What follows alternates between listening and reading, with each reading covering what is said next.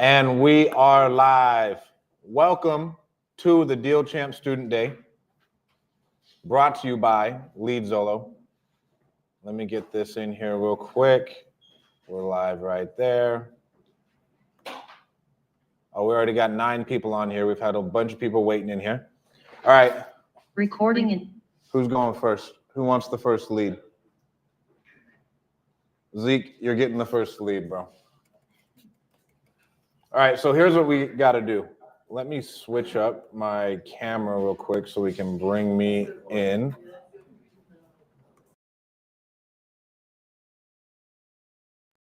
I lost connection. Can you bring that camera over here so we can talk to it? What do you want? I just want to be able to talk to it as we're bringing in these leads. You can't pull up the other camera? No, it wouldn't let me. All right, oh, there we go. Okay, guys. So those of you guys who don't know what the marketplace is, you can see it on my screen. So leads we want in here. I think the West Coast leads are the best. Let's see if Lead Zolo got us any California leads. They did not. Washington, no. Florida.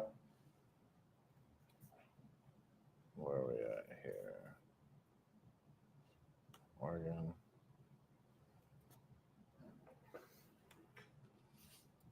Let's just do this. All right, so we have Iowa. You go to Zoom and make sure you got the right audio setting on. Go here, go to audio. And then you want to be set up on. Yeah, it's the Okay, same. good. Oh, we got one in Dallas, Texas. Cold call lead, South Carolina, Liberty, Texas. All right. So Zeke, you're getting the first lead. And we can point the camera at you. All we got to do, I shouldn't be sharing my screen on StreamYard. How do I get this to go away? Oh, there we go. Okay.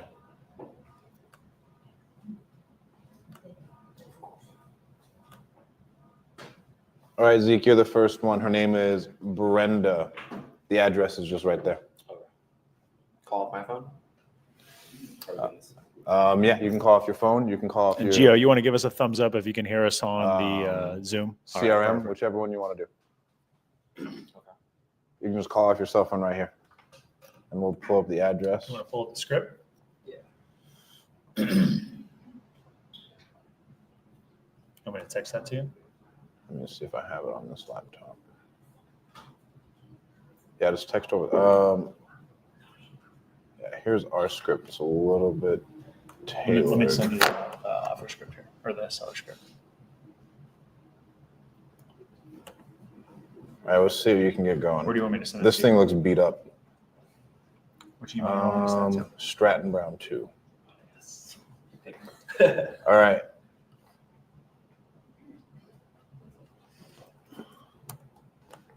Here we go, Zeke. Let me see leads. Hold that script so we can all look at it. Brenda. 936. Yeah, 936. I'll have it up for you here. What else is I can 334? 9. Don't say it out loud. 4. Okay, I got it. All right, there we go. All right, who wants the next lead? Brian, I know you're not packing up leaving. I'm stepping down your cost. No, you No, you're scared to show off your skills? Oh, yeah, Brian's next for sure. Dang. All right, let me find another lead. All right. You here got we a go. meeting, huh? What are you so scared Hey, you of, next, man. You next. I saw you look at me with those eyes. No, you. Hey, what better way, man? All right. Oh, North Carolina's a good one, though. All right, Mr. Valencia, let's see what your skills are, bro. We're trying to call right now? Oh, yeah, he's calling him right now. We're going to call 3. Because of the fact we might not get a hold of him, right? We might not get a hold of one person, so we're going to have 3 of us calling at a time. All right, come up here, Mr. Valencia. So hella nervous right now. You're on the closet. Warm blanket on. Hello? All right. Her name is Laura. This is the address. And then there's the phone number. You can see is Dean sharing the screen? Oh, wait a second. You want me to show what you're sharing? Yeah. The phone number's up there if you want to see it. Yeah. You can go hang out on that side of the room. That way, if you get a call, I mean, yeah, you can, but if you're scared of the camera, it's we're okay. going to put Zoe around the corner over there. All right, Zoe, are you next? All right. What's the What do I say? What do I say to No, these I know people? I got the script, but like the introduction, like I see you fill out a form. Hey, we just got your information online. Okay. Yeah. Hey, we just got your information online. Were you still interested in selling? All right, so we got Laura. Make sure you take down the address, Brian. Yeah, I get the address. Oh, you didn't get your address? All right, take it down real quick, Brian.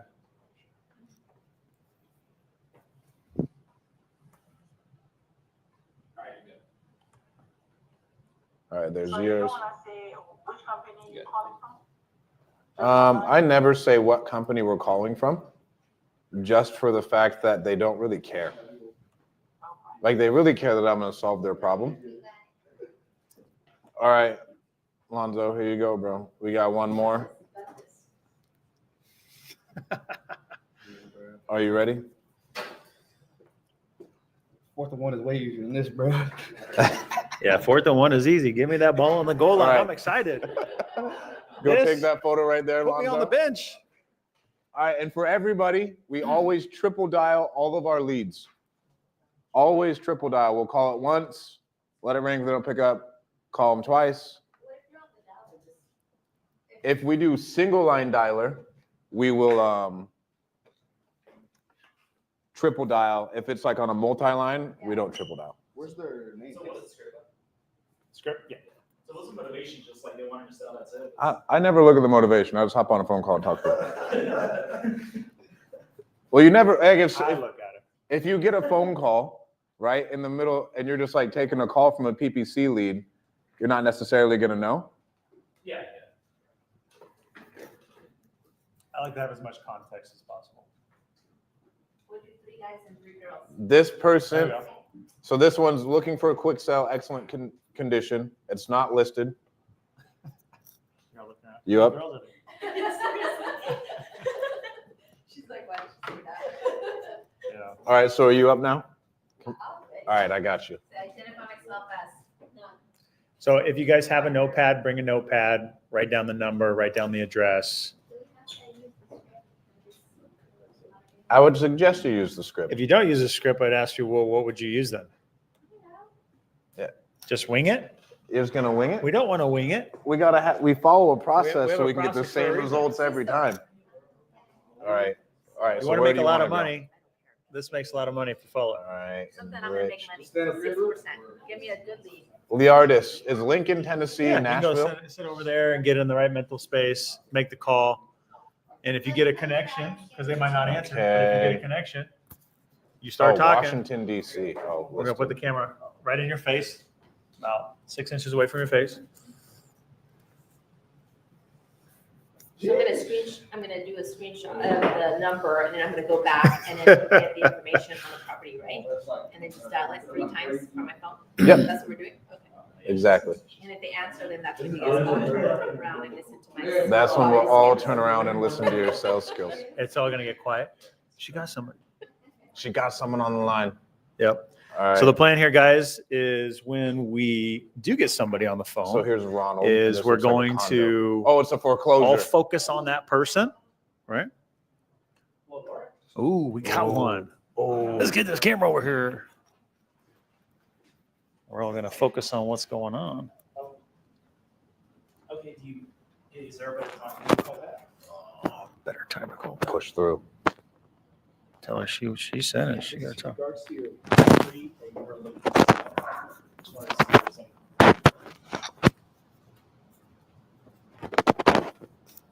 Okay, perfect. How soon are you looking to sell?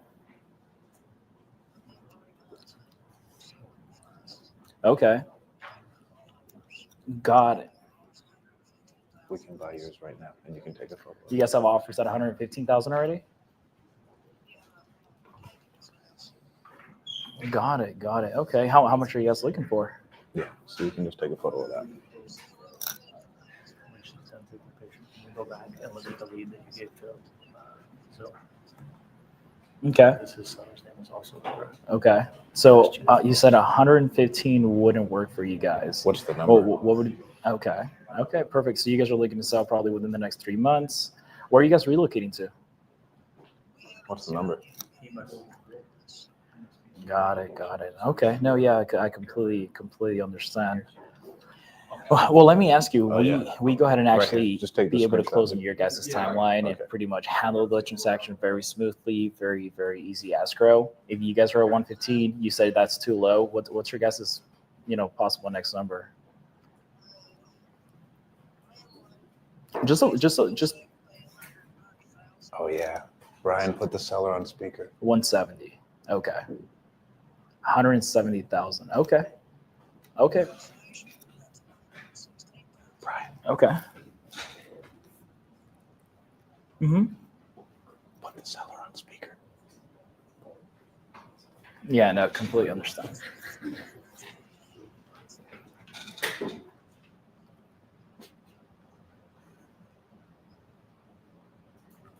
You said the house has no doors? Okay.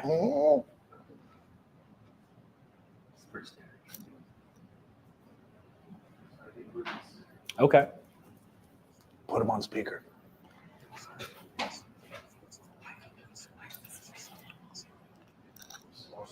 Okay, perfect. In And regards to Dean, the can you roof send and them- HVAC, do you know the age on those? On the roof. 4 years? Yeah, Okay, let me go ahead and take that down. So the roof is 4 years old. Central Heat and Air System is 2 years old. 2 years old for the HVAC. Okay. Okay, perfect, Lauren. You wanna No, lead? 100%. So let me ask you this: if I can put something together with my team and give you a possible call back within the hour or two, would you be ready to make a decision by that time? Well, I'm gonna have to talk to my husband about it too. Okay, perfect. Yeah, And let me so you can just reiterate take a that photo you guys are at of everything. 170,000. You guys So are we selling for the got- relocation purposes. Yeah, Okay. but I'm also looking into doing renovations on the house too. So we do renovations, prices gonna go up. Okay, perfect. Do you know when you're going to speak with your husband? Well, it was him calling me. Hold on, man. Let me get him on three-way for you. Let's see what the husband's name is. All right, so They want 170.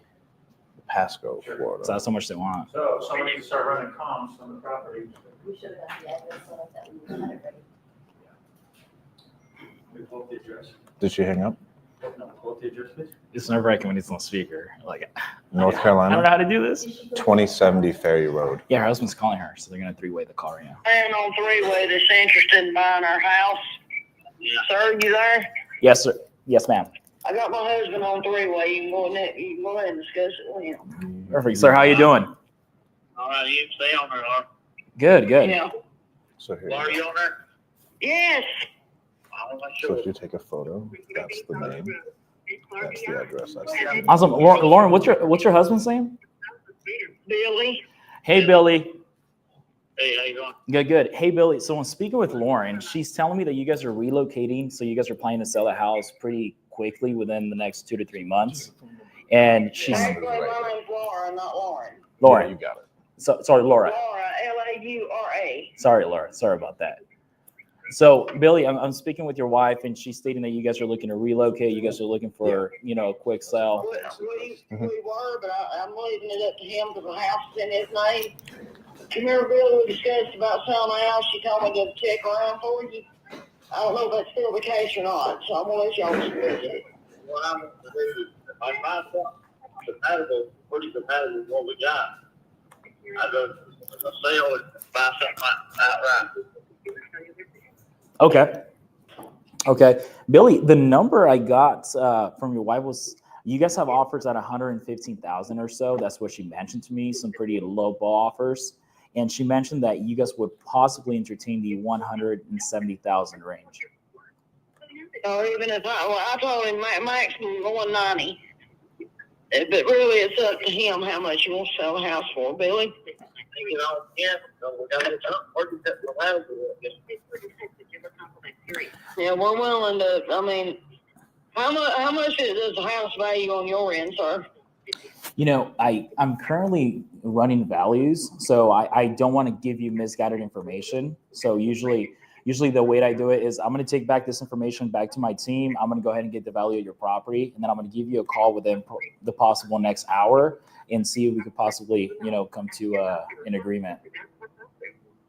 Does that sound good, Billy? Yeah, you can call my number and I'll put him on three-way. Okay. So call you directly? I'm here now. We're on three-way now. Billy, they got to run the numbers first. Y'all hear what he said? No, I can't hear. They're going to call us back in an hour. All right, then. Listen, how you doing? Me? I'm not feeling good. Me either. I'm fixing that to feel worse. I don't know what he'll do. Yeah. If you don't mind, sir, just run the numbers and give us a call back in an hour. Okay, perfect. I will definitely get back to you guys. Thank you very much. Billy's down the line. Perfect. Thank you. Wow. All right. I couldn't hear what the husband was saying. That was an interesting call. I mean, that's the type of Okay, people so we she deal with. picked up, and I didn't know how to handle it because she's like, I'm at the hospital, and she didn't sound good. So that's why I was like, But if you guys saw how she said, "Hey, can I talk at a different time?" and he was like, "Yeah." So you want to sell the house still? And he kept her on the phone instead of letting her hang up. And so now, I mean, I think we could have made it longer. We could have got our upfront agreements done a little bit better too. And whenever I'm in that situation and I don't get those tie downs set, I'll wait until I get both of them on the phone, or a little bit later. I'll just be like, "Oh, man, I'm so sorry. Can I share with you typically how these calls go with our clients? I just got ahead of myself." And then I'll go into that little section so I can put all those tie downs down, and then I can set expectations of hey, at the end of this, we expect to either close or we don't close. So then that way we're good, because most of the time I'm not hopping into it right away. I'll fill them out and move them through the sales process. And if it's a solid lead, then we can just go and do it, and we can just insert it wherever we want and reset the conversation. Okay. Regarding that call, I wasn't listening to you, but you didn't go over the property condition or anything, right? With them? vaguely. So she said they updated the property. She says they have 3 broken windows. HVAC is 2 years old. The roof is 4 years old. She said they updated the bathroom, so it's. But there's no doors. No. She said new doors. Oh, but there's no doors. Said no doors. It sounded like no doors. It did sound like, yes, okay, so you did go over the property. Yeah, vaguely, yes. Okay. So how do you think the call went? I think it went good. She brought in the decision maker, which is going to be Billy, and she basically threw it on him. So Billy's the guy I got to basically target and speak with. Yeah. So anytime we're on a call like this, right, a pay per lead Zolo lead, right, generally motivation is higher than most other lead sources. So we can kind of assume that they're going to be leaning in, they want to sell the house. That being said, if we want to get the best deal possible and we want to increase our chances and strike while the iron's hot, we got to go as deep as we can and spend as much time on that phone as possible as we can with that person to build that relationship and to get as much valuable information to make that offer. Now, can you close a deal in 5 minutes? You totally can. It's possible. It's been done. Many people have done it, but how do you get the best deals? Right? We need to spend more time with them. So if we were to break down and go through the script and we think about setting expectations with her, obviously we didn't hear the first handful of minutes. You were on your headset. We want to set those expectations with them of what this call is going to look like. The motivation, how deep do you feel you got on the motivation? I think I could have done better, but I definitely reiterated the reason why they were looking to sell, which was relocating.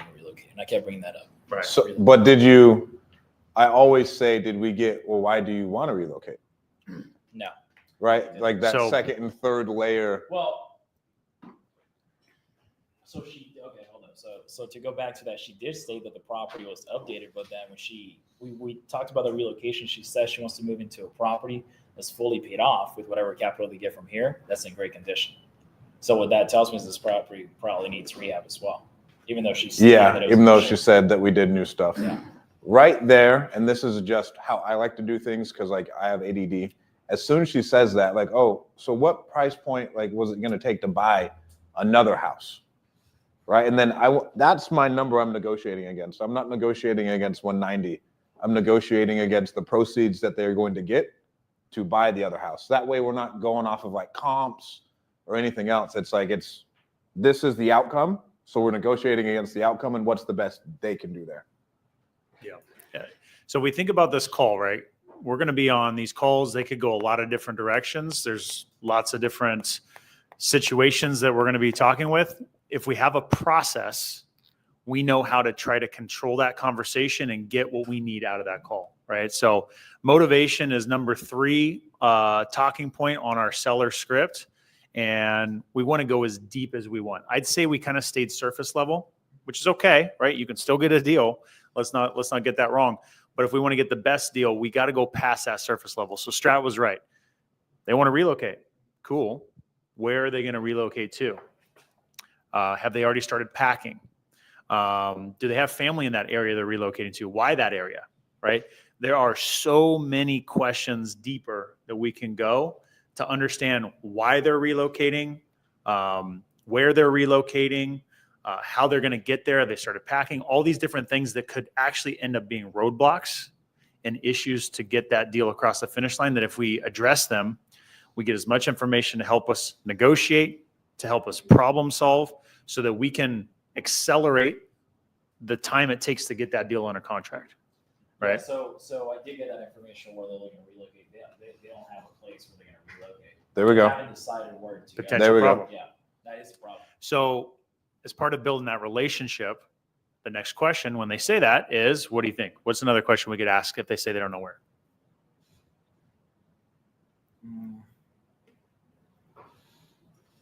Any takers, any questions you guys could think of? I mean, you could have asked regarding where else, like. Yeah, they're not sure. They're Well, not sure. what's a follow-up question that you can think? There you go. Vanessa said it, right?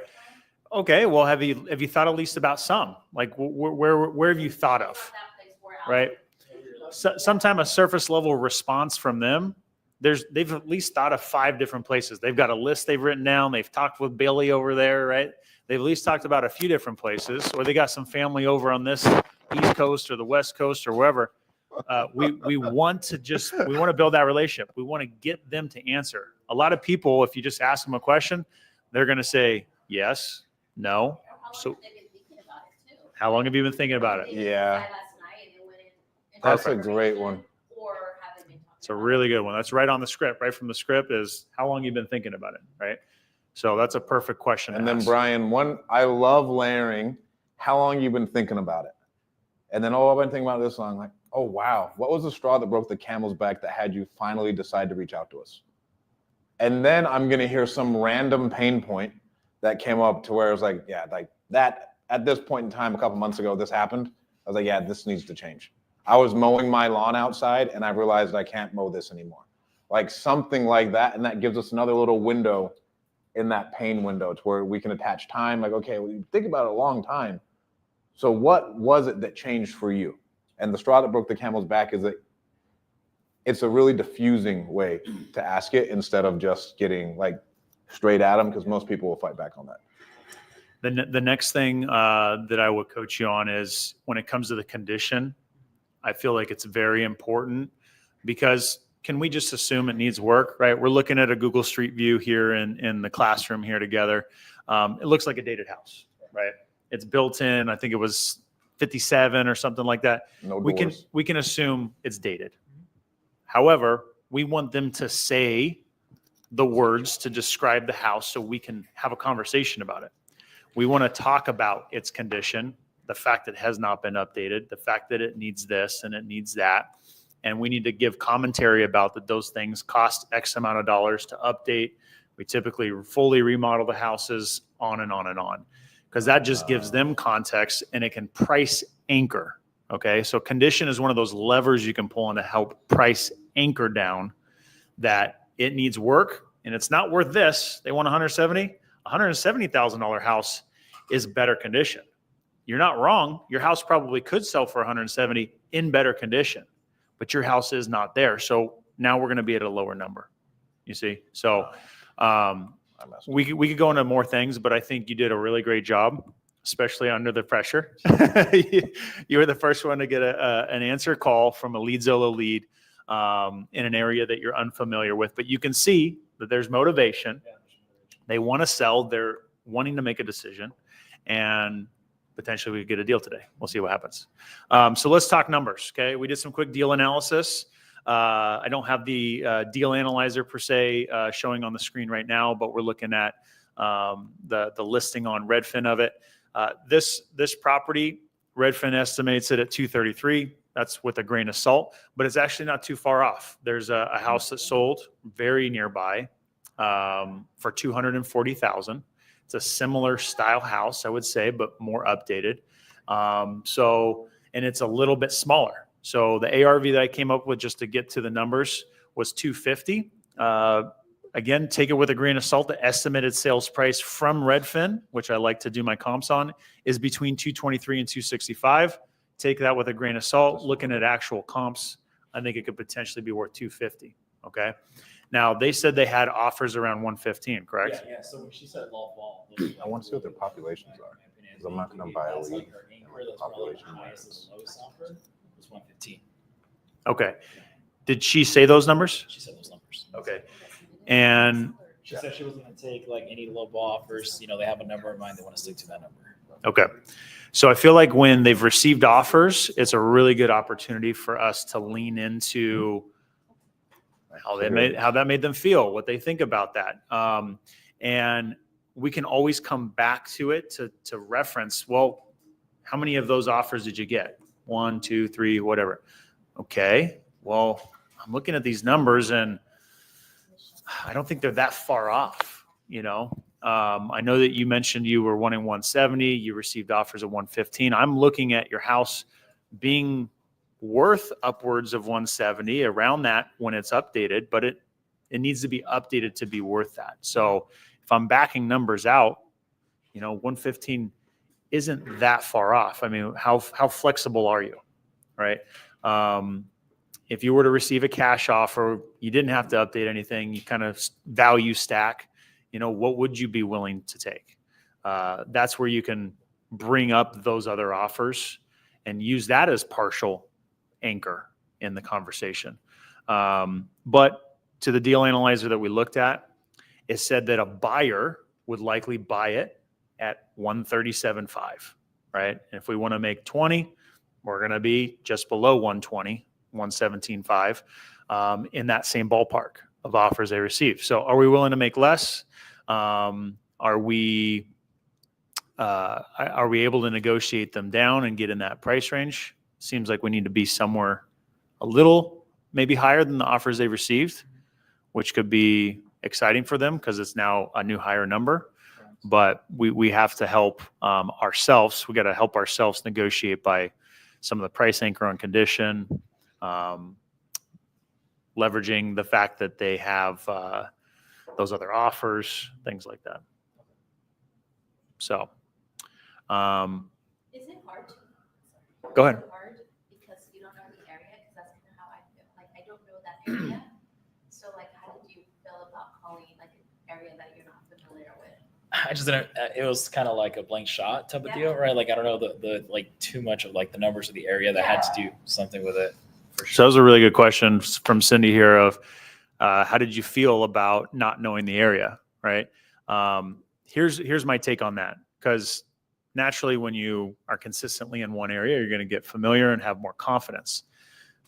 The way you can approach it if you don't have that confidence or it's an unfamiliar area or you're doing nationwide strategy like we are today, just give yourself the benefit of being that much more curious about the seller, their motivation, the condition, and getting as much as humanly possible information so that you have everything on the table. So when you go do your due diligence, you have everything that you need, and react, right? If they want a certain number, you can still give reactions to that. Ooh, 170. Oh, okay. We want these leads. We asked leads though to give us as many leads as possible, and nationwide. You can get like we said, quality at bats. Like we want you to dive in, try everything you can. Yeah, we're going for closes. Yeah, like we're going for closes and like try because we worked with Lead Zolo just so you can have an opportunity. So when the time comes where you have an absolutely hot one in Fresno, oh, I've been through this before. I know exactly what to do. I know exactly what to say. I said this to this crazy lady from the South, and she absolutely bitched me out one time, right? So ideally, this house that he called on should be, if you picked it up, anywhere about the 120 to 130 Mm-hmm.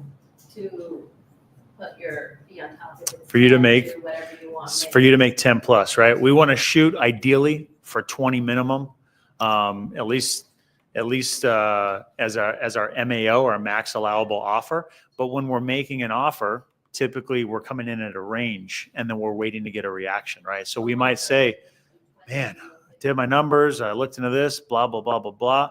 And I'm seeing other investors are paying somewhere between, 115 or I might say 110 to 120. So the fact you got offers at 115, that makes sense.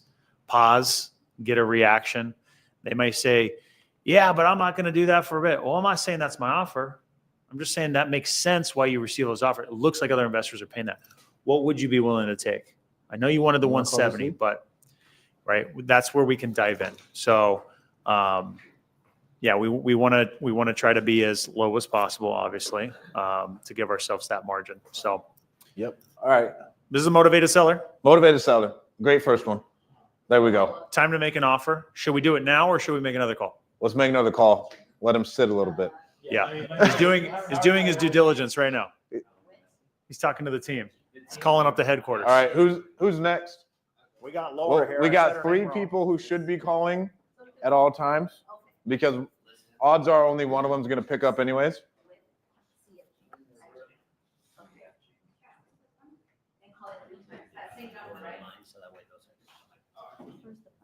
That's a pro right Right there.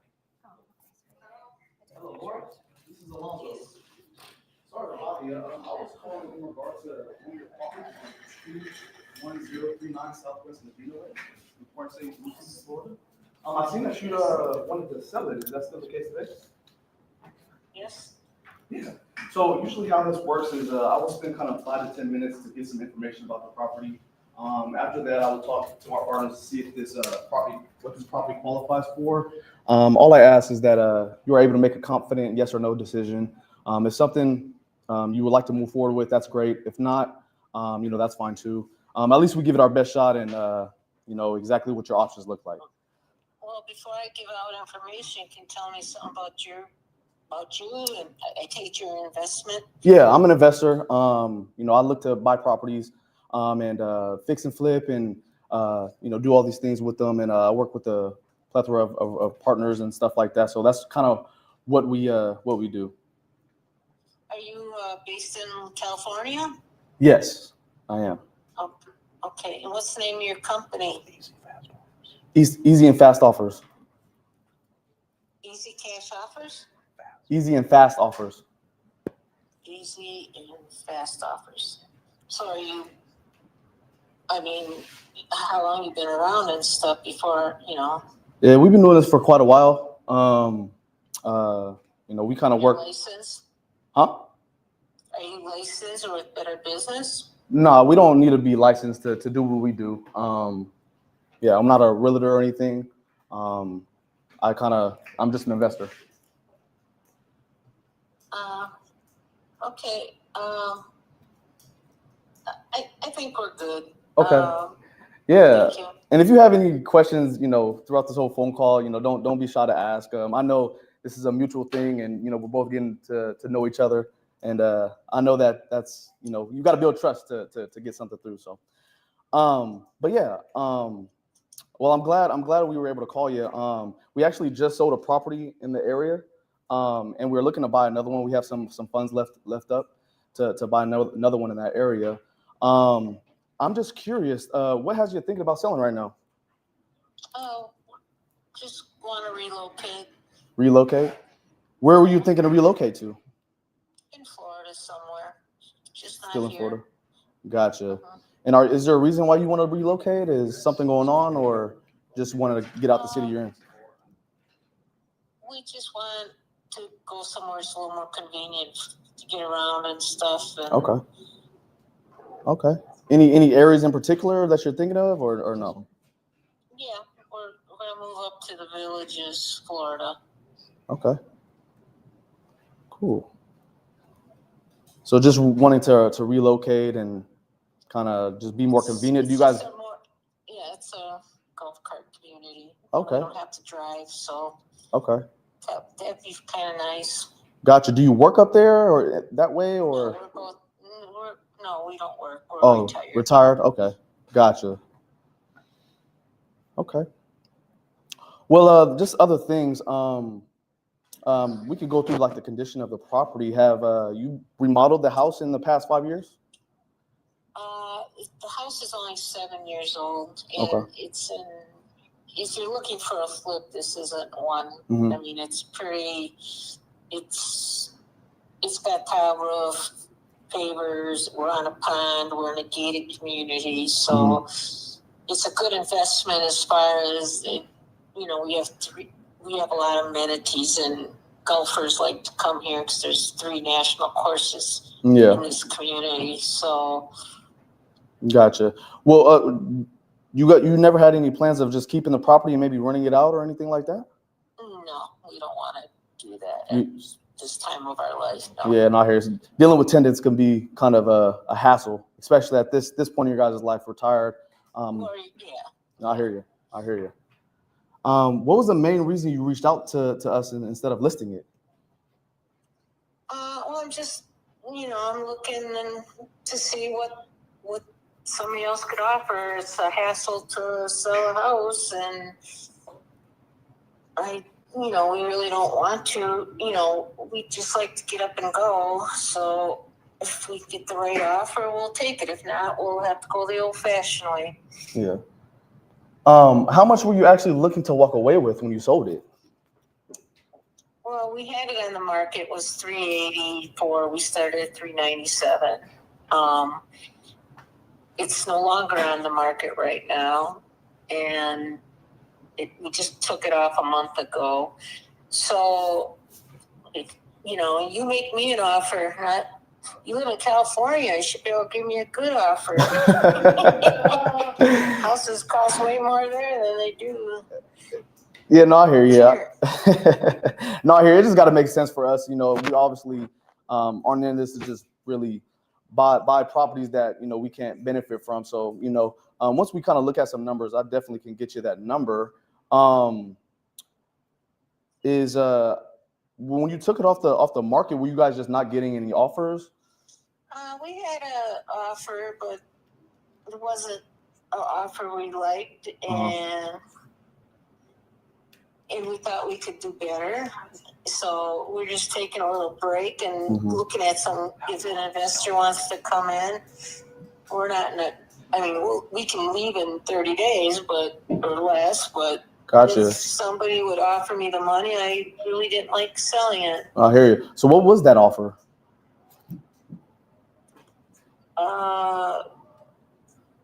It was,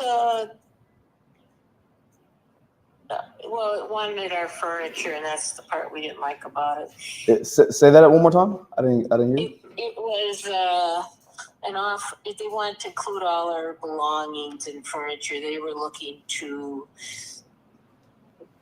rent it, and we didn't want to give up all our personal property with it. So, did they come with a number? Was it cash or? It was cash. It was $380. Weren't you asking for about around that area, or? Yeah, but I didn't want to give them all my furniture and all my belongings to do it. So. Okay, gotcha. Okay, well, yeah. I mean, what I can do is kind of just take this back to my my partners. We could run some numbers and get back to you. Is there a certain time you would want me to call you back? Tomorrow would be good. Tomorrow? I'm trying to look you up online, and I can't find anything about your company online. So can you give me a better? You said easy and fast Home buyers, is that what you Easy, said? fast offers. Easy fast offers. Easy, fast offers. And then I can find something online about you guys? Yeah. That just easy, fast offers, that's it? Easyfastoffers.com. What's wrong? Okay. All right, well, yeah, why don't you give me a call back? Yeah, we'll run some numbers, get back to you. Is there a number that you would, your bottom line number of, don't even waste my time calling you back at? I'm just asking because I don't want to waste any I time. want you to say it. I mean, we're talking a gated community Yeah. with 3 pools, 27 pickleball courts, tennis courts, 3 championship golf courses. So for the price we're asking, Yeah. Yeah, no, I hear you. I'm just a little bit confused on maybe why didn't you take that offer? I mean, it was close enough to what you wanted, no? Just because, we like our furniture, we like our belongings, and we want to give it up, Maybe I should have, but my reasons, I like my house. No, I hear you. Okay, well, yeah, I'm gonna run some numbers, get back to you, and yeah, I'll give you a call later. Okay, All right. Thank you. Thanks, Laura. Bye. Okay, so first off, Is that your first call? gotta say, huge congrats, man. That was a tough obstacle. to Very overcome. difficult seller, Okay. bro. I want to say this is Zoe's first call you've ever made. Is that true? No, it's not the first call. Okay. It sure didn't sound like it. So you've done some cold calling and stuff before. Okay. But hey, in the spot on speakerphone, in a room, we got a live stream going. You got hit with that awkward obstacle at the beginning. She's quizzing you. But you powered You through powered that shit, right bro. through You it. didn't even acknowledge it. You were like, okay, yeah. So anyways, let me continue through the script. Let me go through the script. But hey, guys, you're going to have that, right? Now, let's call it for what it is. The seller's motivation, relatively lower. Yeah. They want to sell. They already listed it on the market. They got a full price offer, but came with their belongings. When you get a lead like this, okay, what I like to do is I like to try to disqualify them. Okay, it's the opposite of what we're typically doing. The first call with Brian, the seller was motivated. We want to lean into their motivation and qualify them. This we almost want to get as curious as possible. We want to question them and try to disqualify them. Okay, so you had your house listed for sale. For what price? Okay. I mean, I'm looking at your house online right now. It looks like it is in a great area. PGA Villas, it sounds really nice. Why do you want to sell it? Okay, well, did you get any offers? You did it. Full asking price. Well, shoot. Okay. I just to be honest, for a cash offer, for us to buy the house, to make money, we're not going to be anywhere close to this, right? To what you could list it on the market. I mean, do you really want to sell it for cash? Right? We want to kind of disqualify them. So, because we also don't want to waste our time. We don't want to throw the lead away. There could be a hidden underlying deep below the surface motivation where they finally come out and say, you know what? I've got this issue with health or some other reason. I need to sell it now. We had an offer at asking on the market. We took it off because we need to sell it now. And they finally come out at the end because you build enough rapport. So we want to disqualify them and ask them and question them and now put it back on them. Sell me on why you want to sell it for cash, because otherwise I'm not your guy. Yeah. Right. So I think you did a phenomenal job. I think you got great conversational rapport building skills. And I think you got a lot out of it. The only coaching point I would give is just to then disqualify that lower motivation, sense of motivation that they have. See if there's anything else that they can give you that justifies their being motivation and wanting a cash offer. Otherwise, we could do that. Yeah, 100%.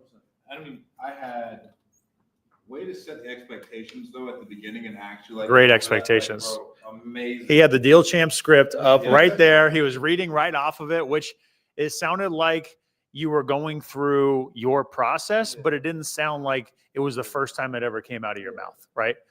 So you did a great job on that. I would say more than likely, if you approach that call more confident, she's not going to ask about the company. Yeah. Okay. Like every time. Like I call them like, hey, I'm here to buy a house. Yeah. and it's very confident out the gate. Yeah. I don't think I've been asked what is the name of our company in like 2 years of like buying PPL stuff. But I hop on the phone like, hey, how you doing?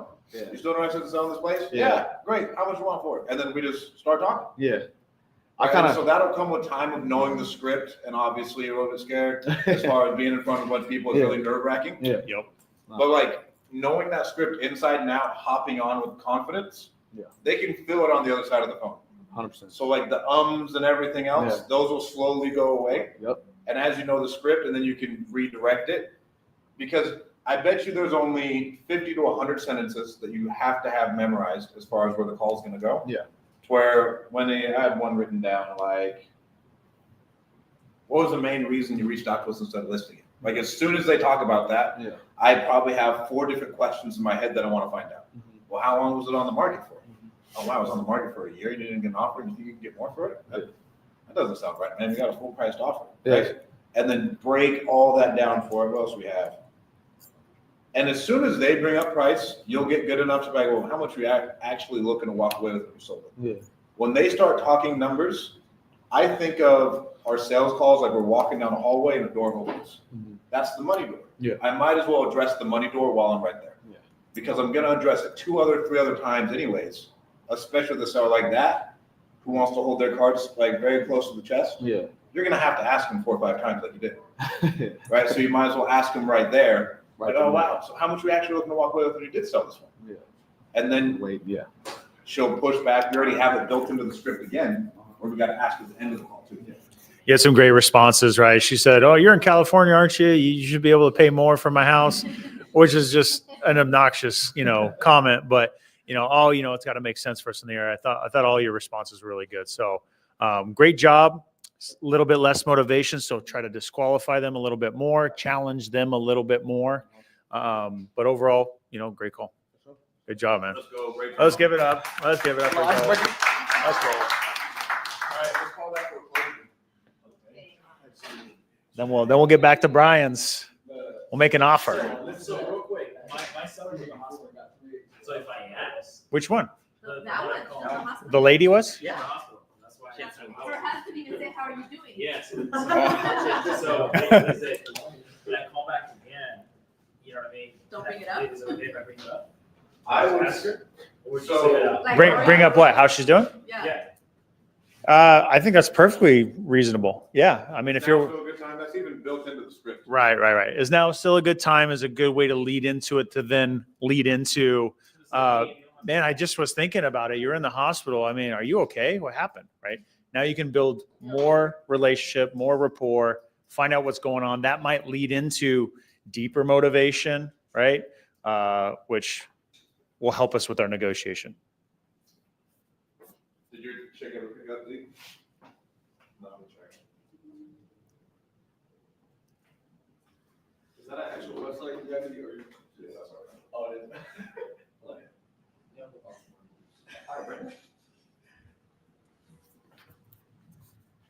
Hello. Oh, hi, Brenda. This is Zeke. I was calling about your property on 574 Country Road in Liberty. Were you still looking to sell that? You said you're still looking to sell that? I am, yes. Oh, okay. What? Out of curiosity, what has you guys are thinking about selling right now? Well, my husband passed away in April, Okay. and it's just too much for me to handle.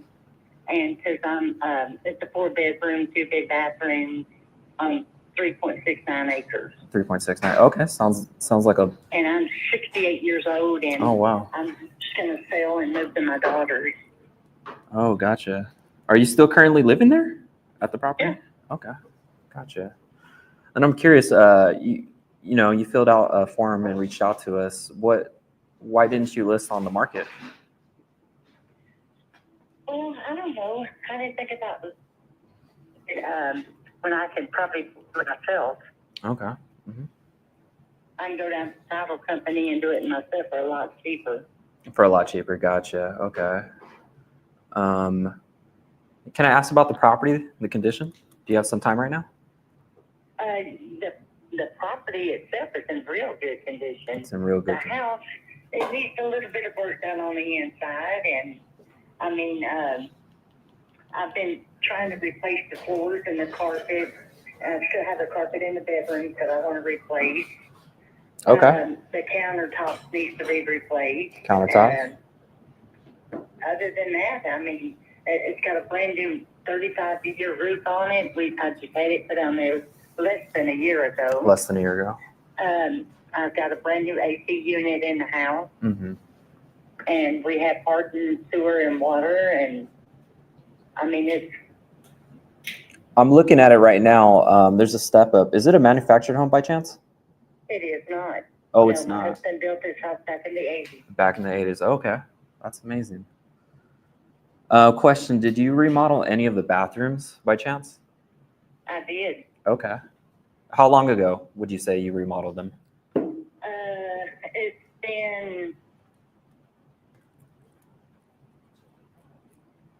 Let's see. I had ceramic tile in there, Mm-hmm. and our water pipe broke from the ceiling, stopped up. Oh, wow. And yeah, and then we replaced the floor and replaced everything in there. God, it's been a couple of years. So it's okay. So it's been a couple years since you guys made that replacement. Other than the roof Yeah. that you guys had replaced, what about the windows, the AC unit, anything like that? Okay, the windows are old.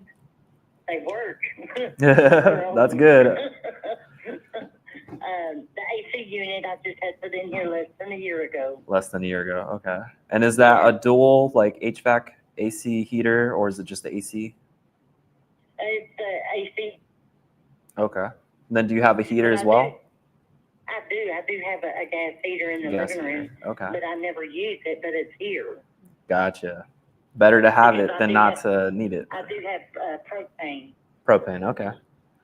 Yeah. And then you're And, I usually use the propane just for my cooking. for cooking. Okay. And then you had mentioned do you have septic and a well or are you connected into the city? We have septic and then hardened sewer come out here, and we signed a contract with them. Okay. And has that process started or is it in the works right Oh now? yeah. Okay. Yeah. Okay. Yeah, I have hardened water and sewer. Hard and And we work. have garbage pickup. There's no HOA No HOA. at all, and no. And it's a one-way in, one-way out. Uh-huh. No flooding. I'm in a non-flood zone, and it's real nice. Real Out nice. here. And then you're on There's sorry. Uh-huh. You're on a few acres. Is it all like bare land or you got some trees? Just out of curiosity. there's a few trees out there. Okay. Not a whole lot. I mean, we had it cleared off. The last storm that came through knocked a bunch of trees down in the front yard. It left me about 4 trees in the front yard. Mhm. But I went ahead and hired somebody to take them all out of here. Okay. No, awesome. So, but the 3.69 acres is cleared. It's cleared. Gotcha. Yes. I mean, it needs to be mowed now, but I'm 68 years old. I can't get back there. Oh yeah, no, it seems like a lot of work for anyone. So Brenda, I wanted to just spend 5-10 minutes, get some information. After that, pretty much just wanted to tell you our process. After I get the information, I wanted to talk to my partners just to see what your property qualifies for. All that I ask is you give us a confident yes or no decision.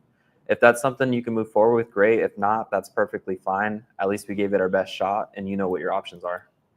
Yeah. Well, see, now I got a bank loan against my house. Okay. How much? How It's much just for? a little over $80,000. 80,000. Okay. Yeah. My land, the house and everything is $298.98. The tax man told me to go ahead and put $320 on it and come down 20. Can you say that And again? for That three. Yes. I'm asking 3 for my house. 300 for your house.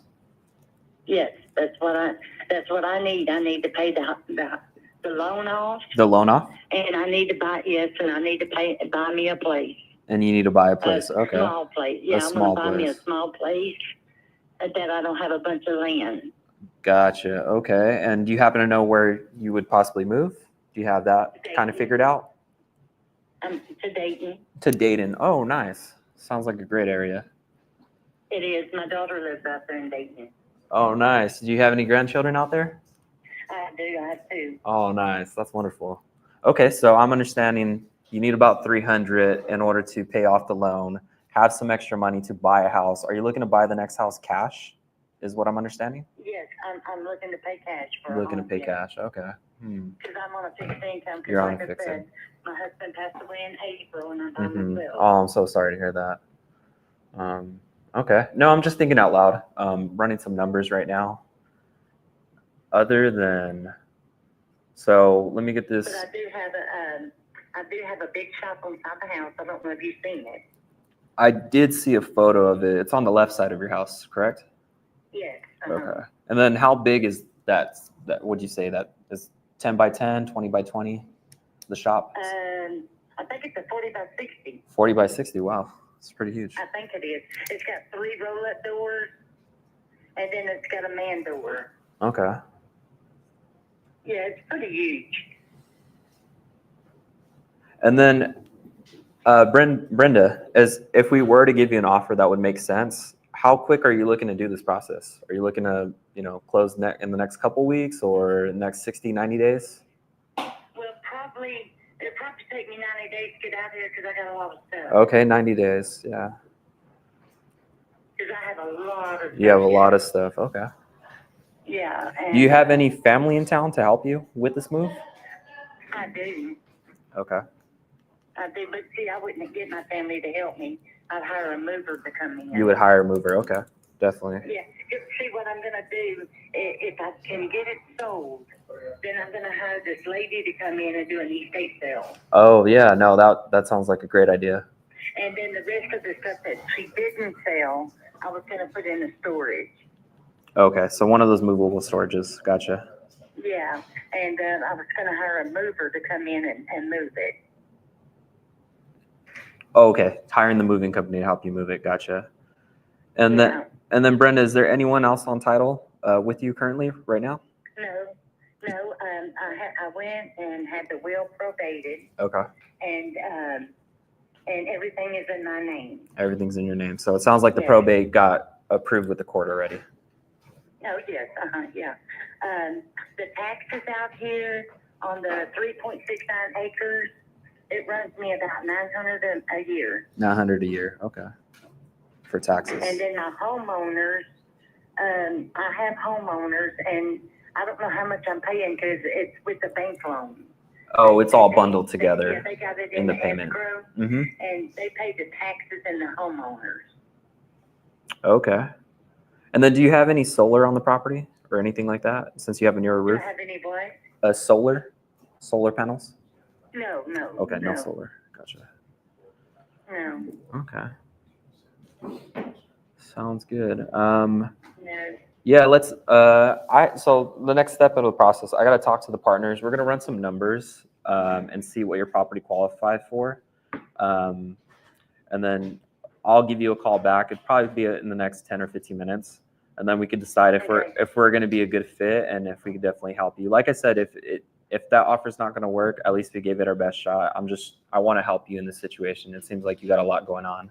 And Yeah. And the house itself has got a big attic. a big attic. Huge attic. Yeah. Okay. So my husband built this house back in the 80s. In the 80s, wow. Mhm. A lot of history there. And it's real nice out here. I mean, we have a lot of wild animals come up and deer, you name it. Oh my gosh. But it's beautiful here. No, it sounds pretty peaceful out there. Yeah, we got an ex-sheriff that lives down the road, at the end of the road. And then I have another man, an FBI guy across the street. And then I have another law enforcement man down the road. So you're pretty well protected. Oh, yeah. Anything happens, you may pick up the phone and call one of them, and they're out there. Oh, that's awesome. That's better than our policemen. So, okay. Yeah. But I also have cameras, too. But, Oh, perfect. I mean, as long as we've been here, we have never had anything. Any happen issues? out Sounds here. pretty safe. Yeah. Oh. Yeah, it's pretty tight out here. No mobile homes. It's homes only, Mm-hmm. and it's not restricted now. Okay. So You no. can burn. You can have your animals. You can have whatever you want out here. And I don't know if I told you, but there's no HOA. There's no HOA. That's amazing. No, not at all. So if you want to paint your house red, white, and blue, you can do that. Might have to take you up on that. Somebody can tell you what to do. Uh-huh. Okay, Brenda. Yeah. If you're available, when's the best time to call you back with that offer? Anytime. Anytime? Okay. Give me about the next 15, 20 minutes. I'll talk to the partners. We'll see what the property qualifies for. And then, like I said, all you got to do is make a confident yes or no. No is fine. And then, at the end of the day, we're here to help you, see if we can, help solve this problem. Yeah. Well, like I said, I'm going to need at least 3. At least 300. Because I got to pay the bank loan off. Mm-hmm. And I want to pay my car off. You want to pay your car and off? I want to buy, just pay cash for me a place to live comfortable. Comfortable. I had breast cancer, and I just had my hip replaced, and I just want to live comfortable for the rest Gotcha. of my life. No, I understand. And then how much do properties go for in Dayton? I'm not too familiar with that area. Well, out here where we're at now, the land goes for $50,000 an acre. Okay. It's considered corn on acres, Uh-huh. and land out here goes for $50,000, anywhere between $40,000 and $50,000 an acre. 40 and 50. Okay. Are you looking to buy something existing or put like mobile home on an acre? No, what I'm going to do is I've already picked out me a double wide trailer that I'm going to put on my daughter's land. Oh, nice. And the double wide trailer that we looked at is 100 and with cash money it's 107,000. 107. Gotcha. Yeah. And I was gonna have it put on my daughter's land. On your and daughter. just live there with Oh, that sounds my daughter and amazing. my grandchildren. Be closer to family. That sounds. Yeah, because she's gonna get everything I got anyway when I'm dead and gone. Mm-hmm. So I'll just leave her a nice trailer. Oh, yeah, I'm sure she's going to appreciate that.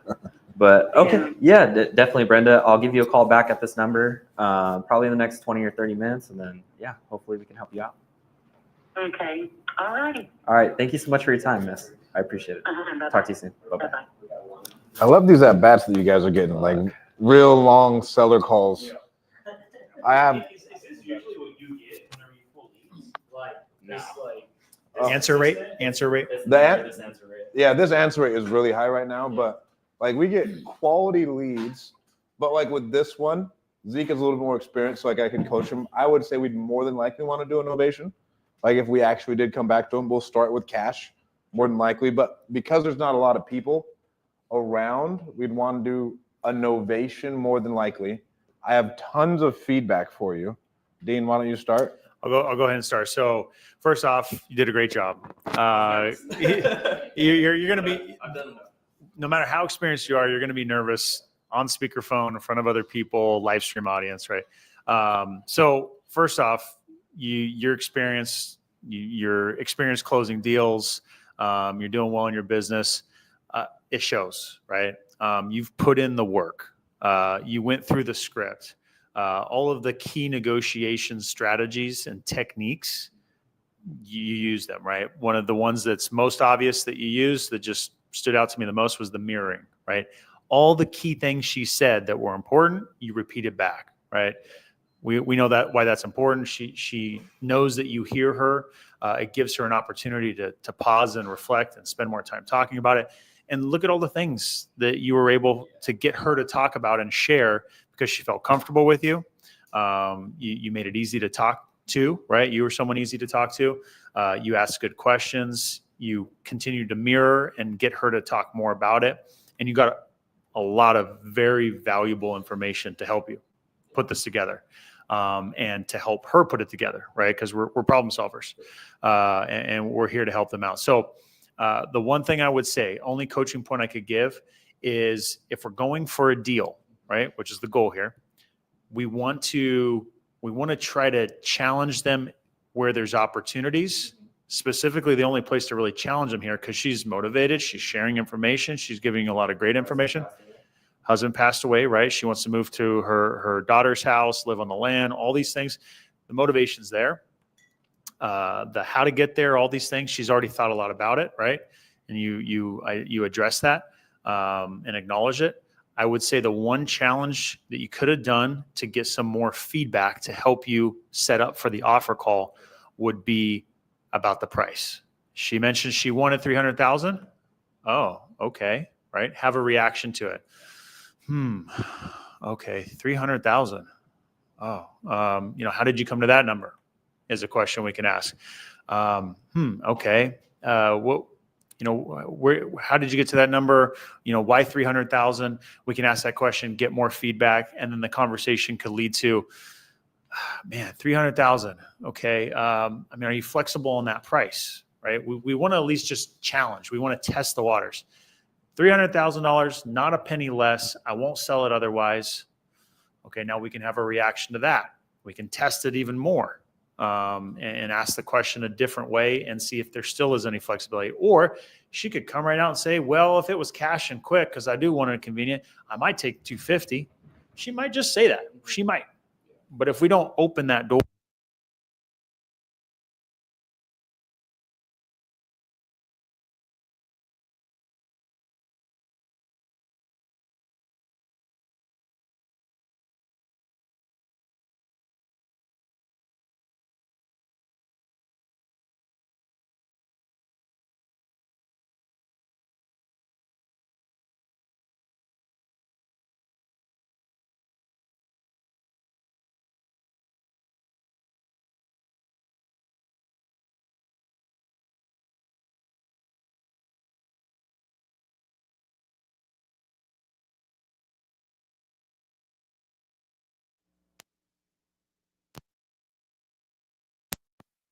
push, how much not to push.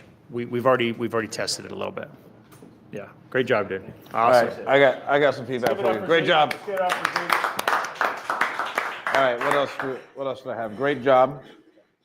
Great confidence. Where are we at? All right.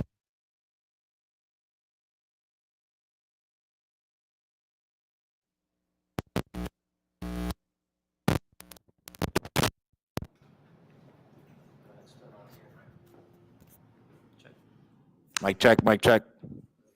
Can you guys hear me? Can the live stream hear us? Will you check and see if the live stream can still hear us? It'll be the StreamYard tab. It'll be right there.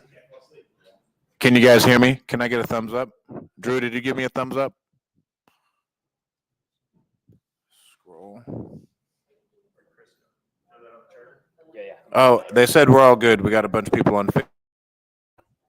So Zeke, I don't want to. Can we get in here? Let me see if I can get in there. So I don't want to ask a question to ask a question. So I don't want to be like, do you mind if I ask what the overall condition of the property is? I'm like, oh, I just ask. Like, we don't need to ask permission, right? And that comes kind of a part of setting expectations. And we have at the beginning, and you looped it in towards the end, like how I talked to Brian about, hey, so on this call, I'm going to ask you a bunch of questions. Some of them may have come a little bit across as personal. Is that okay? Yeah, okay, yeah, that's no problem. Right? And then, bro, they just gave us permission to ask whatever we want. And then if we get pushed back randomly, and like, well, I don't want to answer that. Like, well, I'm sorry, sir, I didn't mean to offend you. I told you we were going to ask you some questions. And some of them may have come across as personal. Yeah. And then especially since her husband died, whenever someone has died, and I know about that, and I say that thing, I say especially when someone's passed away, and I want to lower my tone, I want to be more empathetic. I always want to like at least preface this and let you know that, right? So that one's always a good one. So set the expectations. You went back and did it. We could still go back and loop in the whole thing. I thought you could have dug a little bit more into the pain. I've been like, okay, so like, she was talking about the yard and stuff. And like, we were just talking about that example Like, so like when you say the yard, like what exactly do you mean it's too big? Like 3 acres. But the yard's in pristine shape. So like what exactly is wrong there? I want to know every exact reason of why she really wants to sell and what the real reason is. Not like it's too big. Like it's too big. I fell and I was in the middle of the field for an hour the other day. I had to call but like I need that type of specific motivation to like, hey, I'm done with this shit. So that would be good. Where we at? I always want to ask them where they got the price from, and Dean said push back a little bit. Yeah. So, wow, 300,000. Where'd you get that price from? Just see what they say. Yeah. So that one's a good one.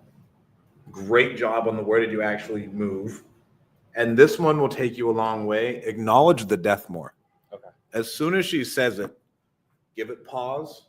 Like, oh, I'm so sorry. My condolences, ma'am. I know that must be hard.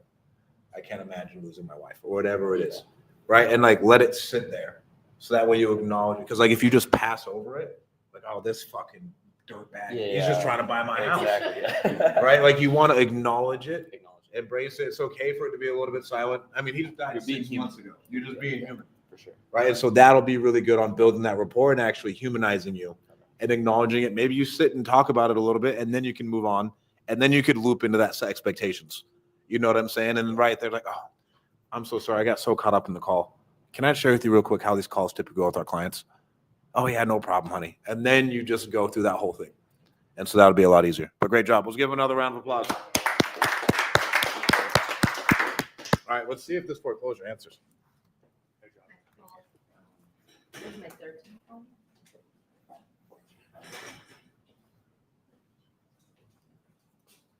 You guys, if you have leads, you can call them too while she's calling, because we never know who's good. We've got a really good pickup rate. I'm not gonna lie, it's usually not this good. Undefeated.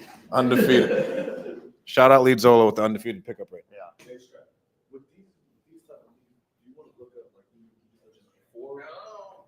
Hello. Let's go. Please speak to, let me see. I guess the homeowner. Ron Biddle is the only answer here, only person here. Oh, yes, Ron. How are you? Fine, why'd you call? I was calling because it looks like you had inquired about possibly getting a cash offer on your property. Yeah, Okay, great. Can we talk a little bit about that property? Is this a good time? not really. Not really. Well, what? It looks like you had, in our notes, it shows that your property is in pre-foreclosure. Is that correct? No, I missed a couple mortgage payments. But Okay. she said no, she was gonna, it's not anywhere close to foreclosure, it's just, How many Don't payments miss have you, anymore. how many payments are you behind at this time? 2. 2 payments. Have you And guys, then she's gonna put it at the end, she's gonna put it at the end. what do you mean at But the end? it's at the end of the loan. Oh, okay. So are you modifying the property at this time? I don't know what that means, what does that mean? Did you contact the bank and ask for them to put those 2 payments that are delinquent on back of the loan? Or are you going to catch up on those 2 months? I don't know why, probably will be at Probably the end. at the end. So are you going to contact Yeah. the bank to let them know that? Because if they're not aware of it and you're 2 months behind and you continue on doing that, it will go into a pre-foreclosure status. Were you aware of that? No, Okay, great. Now, can I ask you the reason that you were behind on those 2 months? I suddenly was out of work as of March Okay, of last year, of last year, 24. 2024. Are you back at Yeah. work already? No, No, so you're still unemployed? you're right. Okay. Are you getting any assistance or anybody else helping you? I'm getting a disability. I get a disability check Okay, and once a month. got it. And the disability check covers your mortgage and your household. Right. It does? Okay. So let me ask you something. If we do give you a cash offer, would it be something that you would consider maybe downsizing into something else that might be a little bit more flexible for you to make a payment on? Now what? I said, would you consider getting a cash offer on your property and maybe downsizing to something that you might, consider the payment might be cheaper than what you currently have? Oh, yeah, I have to live somewhere, man. It makes sense. It's kind of a stupid question, really. No, what I was trying to get at is, if you're delinquent at this time, would you consider possibly just moving, like downsizing, getting into something that's less expensive than what you currently have? That's what I was trying to get at.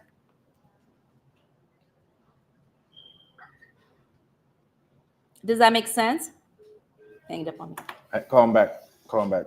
And say, did we get disconnected? Yeah, just call him back. Hey, sorry, I think we got disconnected.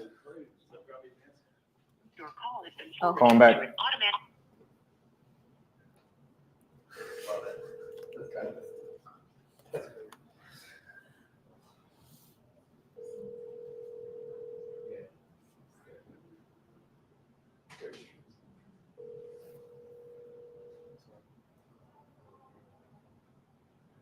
Leave him a message. There's way. Hey, sorry, I think we got disconnected. Your call has been forwarded to an automatic So what do I voice do? message system. 515-682-8954 Leave him a message? is not available. It's like, hey, I'm so sorry, Ron. I think we got disconnected. We'd love to help you. When you have finished recording, you may hang up or press 1 for more options. Hey, Ron, it's Cindy. I believe we got disconnected. I was just trying to help you out. If you could please give me a call back, 559-359-3367. Looking forward in your callback. Thank you. All right, sweet. Let's give her a round of applause real quick. Great hang up. I got some feedback for you. I'm ready. We need to be a little bit more personable. Okay. You're very strong on the phone. And I always say with women, you don't ever really have to be strong, and it's your benefit because you can just finagle men all the time. It's the easiest. You can just finagle them on the phone and it doesn't matter. You already have the advantage. Like Kalani is so good at it, of just like, she can be aggressive when at a time where me and Dean would be aggressive. The guy would be like, fuck off, right? You could be aggressive that way, but let's be a little bit more personal. Okay. Take our tone down. When we're dealing with someone who's talking slower, we got to slow it all down. Yeah, mirror there. We got to mirror just that, because, and then we said like the modification. Yeah. We don't even want to say modification because he's going to feel, we're going to make him feel stupid. Oh, okay, got it. Right, because we're using jargon. About, he doesn't know. Yeah, He's like, what the fuck is a modification? Yeah. He's like, what? Yeah, that's a stupid. Like, what what do you mean? I'm just listening. That's Mr. Stratt and Dean. It is. I'm Pastor Thomas. Hey, Pastor, how you doing? Sorry for interrupting you.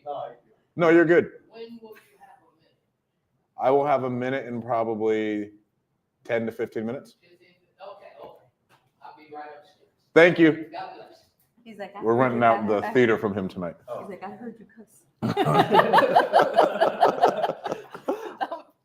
Where were we at? Jargon. Okay. I try and avoid all jargon at any cost. I never want to use it. Like when you're on the doors and they know exactly what a loan modification is, that's one thing. But if we're like saying like a modification, I would just like, have you called the bank and tried to work something out or anything? Makes sense, yeah. And dumb it down. Got it. Because that guy does not want, and this is going to sound terrible, that guy doesn't want a woman using jargon with him, just based off of the accent. No. Yeah. When we're asking, what's the reason, like, why are you selling? Why'd you fall behind? I don't want it to be as sharp. Got it. I always, like I said, I want to finagle them. Oh, wow, I'm looking at this area. It looks like a pretty good area. What's the reason you're even considering selling? And then I just want to stop and let him go. And let him talk. Okay. And then a little bit on, like as we've built a little bit more rapport, then we can ask a little bit more direct, sharp questions. Like, so what happened with that foreclosure? And then open up. And then we got to have that type of tonality in our voice to where it's curious. And like we care instead of just, so what, like you got to work? You a bum? Like we don't want to necessarily do that. We got to finagle it and switch up our tone with these people. And that is what's going to move these people forward, especially because he was like on guard the whole time. Yeah, what do you want? Blah, blah, blah. And we could have started off, and you haven't done this before.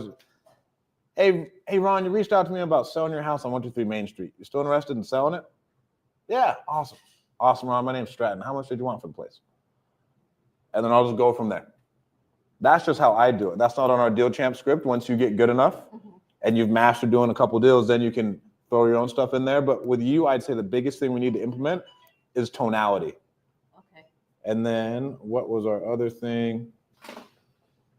I had let's follow the script. Okay. Let's follow the script and stick to it. And then the questions were good. We needed just to work on the tonality. And then we could put a little bit more of those questions farther back into the call. Like let's say later in the call when we have a little bit more rapport, and then we can ask those pointy questions. It's hard to ask the pointy questions out the gate. Got it. It gets really hard because their guard isn't down yet. All right, what you got, Dino? Okay, so first off, your feedback was amazing. Right on point. What I would say, okay, because you're such a boss lady, okay, you dominate in the retail space, right? When you're dealing with a retail, let's say I'm the client, right? I want to feel confident that you're confident and you're going to get the job done, and you exude that. You're a boss lady. However, when I'm dealing with a motivated seller with distress, I'm guarded. I'm scared. I'm anxious. I'm nervous. The level of empathy that we have has to be higher than all the other emotions and things that we're doing, right? Confidence we can demonstrate with our level of curiosity and focus on them. Our confidence can be demonstrated by sharing third-party stories of similar people we've worked with, but our empathy has to be really high. And so Stratton's coaching points around the tonalities that we have is so important. So boss lady, retail mode, crush it, right? Being very direct. I got this. I'm going to list it here. I'm going to get this. Perfect. When we're talking to the motivated seller like Stratt said, we need to slow it down. We need to change our tone, right? And as a female, naturally, it's a little bit more natural to do that. And as a man, hearing a woman's voice, we're going to be a little bit softer, but you were smarter than him. You were bossier than him, and it pissed him off. Probably, right? He's an old school dude, doesn't like to take crap. And the fact that you were so direct, it probably turned him off a lot, right?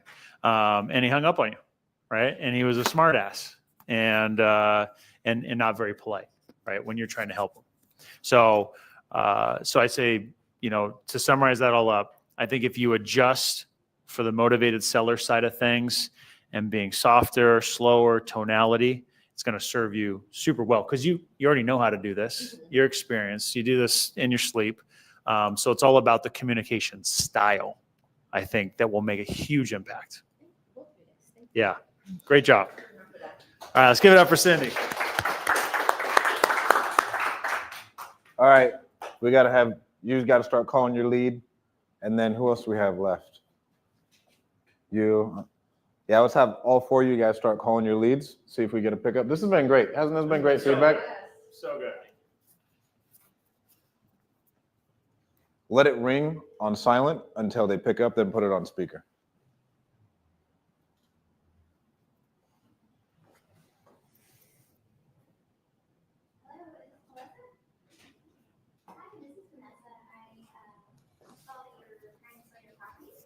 You submitted a form online. It's the 4730 Cypress Creek Ranch Road. Is that correct? Okay. Group of investors, and we buy properties for cash. And if you had time right now, I'd like to go over if your property qualifies for a cash offer. Do you have time right now?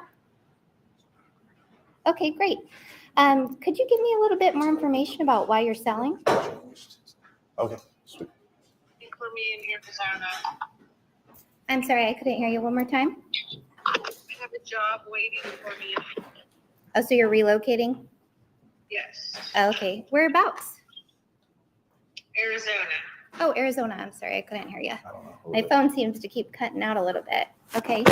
Could you give me a little bit more information about the property, like the condition of it? And Yeah, it's in excellent condition. I recently had put it up for auction just to see what that would do. I have a friend that his good friend is an auctioneer, and he's like, "Yeah, you should try it. You might get like crazy money for it."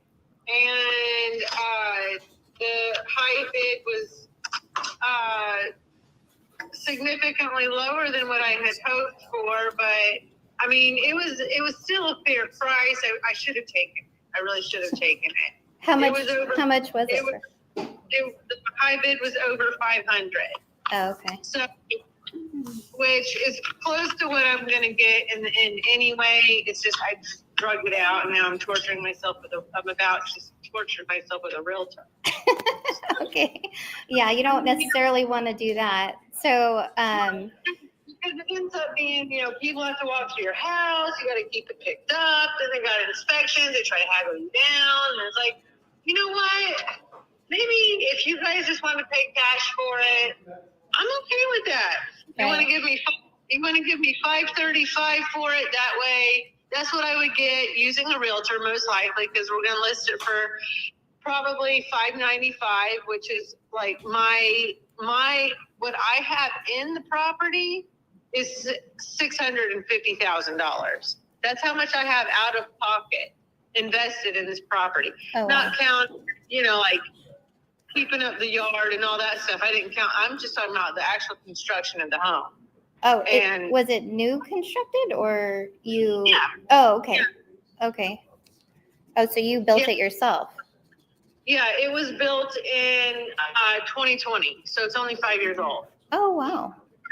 So this is not like the dilapidated mess that's advertised on the internet. Yeah. So if you're investing, you're only trying to pick up somebody's like, grandma left this and dumped it on me and I don't want to deal with this.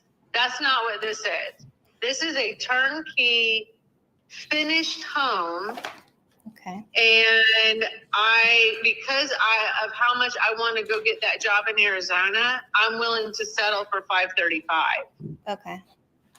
And you've already spoken with the realtor and got comparables and things like that? Oh, yeah, I can list it for probably $610. Okay. And what? But Okay. the market the way it is, Yeah. I'm realistic. I Right. know that every day we wait, the market's getting more and more into a buyer's market. And after I pay for realtor fee and closing costs and appraisals and inspections and whatever else people want me to pay for, I've already accepted that I'm going to walk away from the table. I would say probably between $535 and $550. So I just went on the low end because I know you guys are trying to make a deal, Mm-hmm. And so I thought, well, a deal for you would be $535, and that would get my house sold, and I can be in Arizona ASAP telling those people I'm here from a job. So are you starting in like 2 weeks, or what's your timeline? I'm supposed to fly out next week and go finalize the interview. Oh, wow. Okay. Yeah, I need to sell my house. Yeah, you got to get this thing done. Well, the group of investors I work with, they buy all different types of properties, not necessarily just dilapidated, but we do have some that like to purchase to either own or occupy or maybe rent out on their own. Could you give me a little bit more information about that area as far as rentals? Do you have anybody nearby or know anyone that rents out their home? Yeah, rentals around here. This house would probably rent. One of my realtors I talked to, because he's like, if you want to hold on to it for like 2 years, the market's going to turn around. Yeah. And you could rent this house. You could rent this house for $3,200 a month. Okay, but that's not something you wanted to do. You want to pull your cash out and have it available to start over in Arizona, right? If something like, let's say it's a septic tank, so if somebody does some tampons down the toilet, then Yeah. it needs to be. I'm nowhere around. Right. It's also a piece of land with, some acreage to it. So if they're not mowing the grass and the neighbors want to get upset about that, Yeah. I'm nowhere near it to take care of it. So do you own it by yourself, or are you have a spouse, or? No, by myself. By yourself? Heck yeah. So you took this project on and you just bought that piece of land and then you constructed it and managed the whole thing? I did. Oh, you're amazing.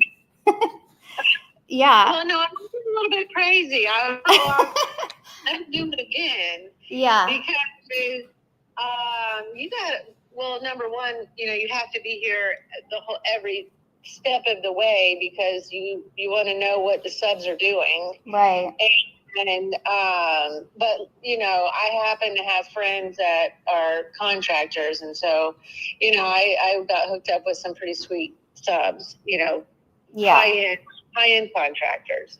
Nice. So yeah. The work done on the house is above and beyond code. Okay. Yeah. So you kind of managed all the subs yourself. You didn't use a general contractor or anything? Correct. Oh, wow. That's smart. I've done a flip like that, actually. So, yeah. Okay. And let me see. So we got your timeline down. You want to kind of get out of there by next week. You're estimated between 535 to 550 of what you'd take as far as an offer goes, but it retails at 610 if you put it on the market. You don't want to pay realtor fees, and you'd like a cash offer. That way you can move quick. I got it pretty much summed up, right? Okay, so let me take this information back to my team. I'm gonna actually put you on hold if you don't mind, and we can make an offer possibly right now. I'm gonna talk to them if you have a few minutes, or I can call you back. Which one would you prefer? Either one. Okay. I can just hang on a minute. I'm doing dishes and getting dinner started. Okay, hold on 1 second, okay? Okay. Okay, so I guess I'll use the camera and pull the microphone close. So we see the numbers on the screen, right? Yeah. She's gonna hate us.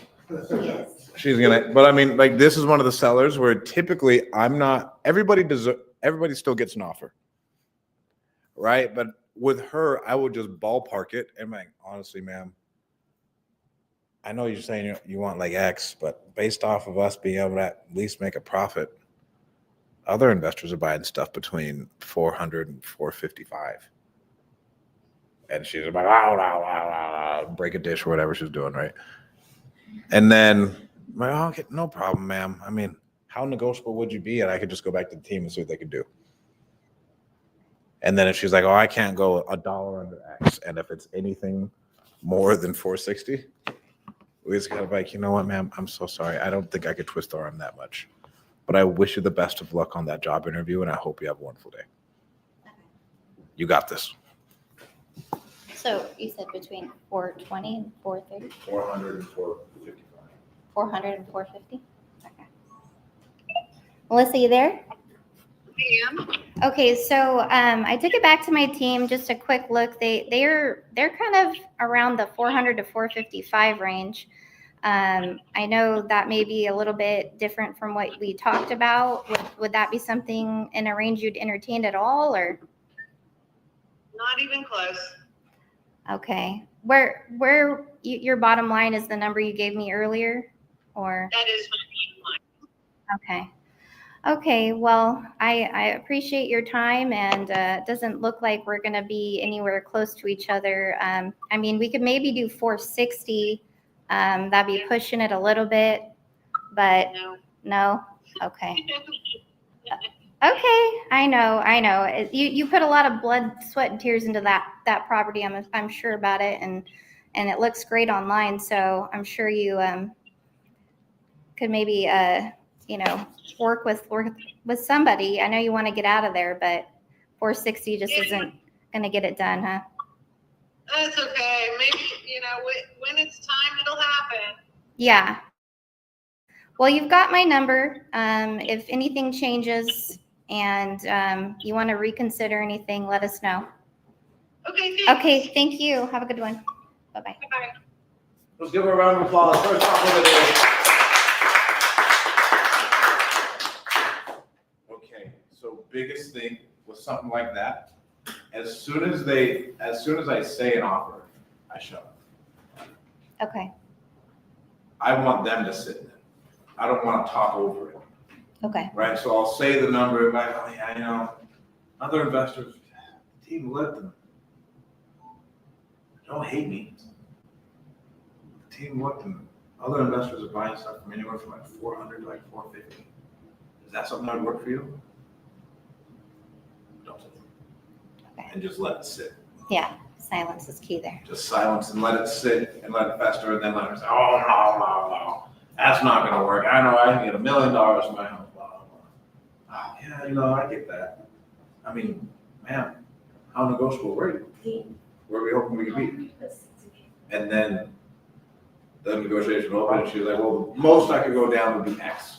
And then we get another number out of her, and then we're good. Okay. So great job. First offer. Thanks.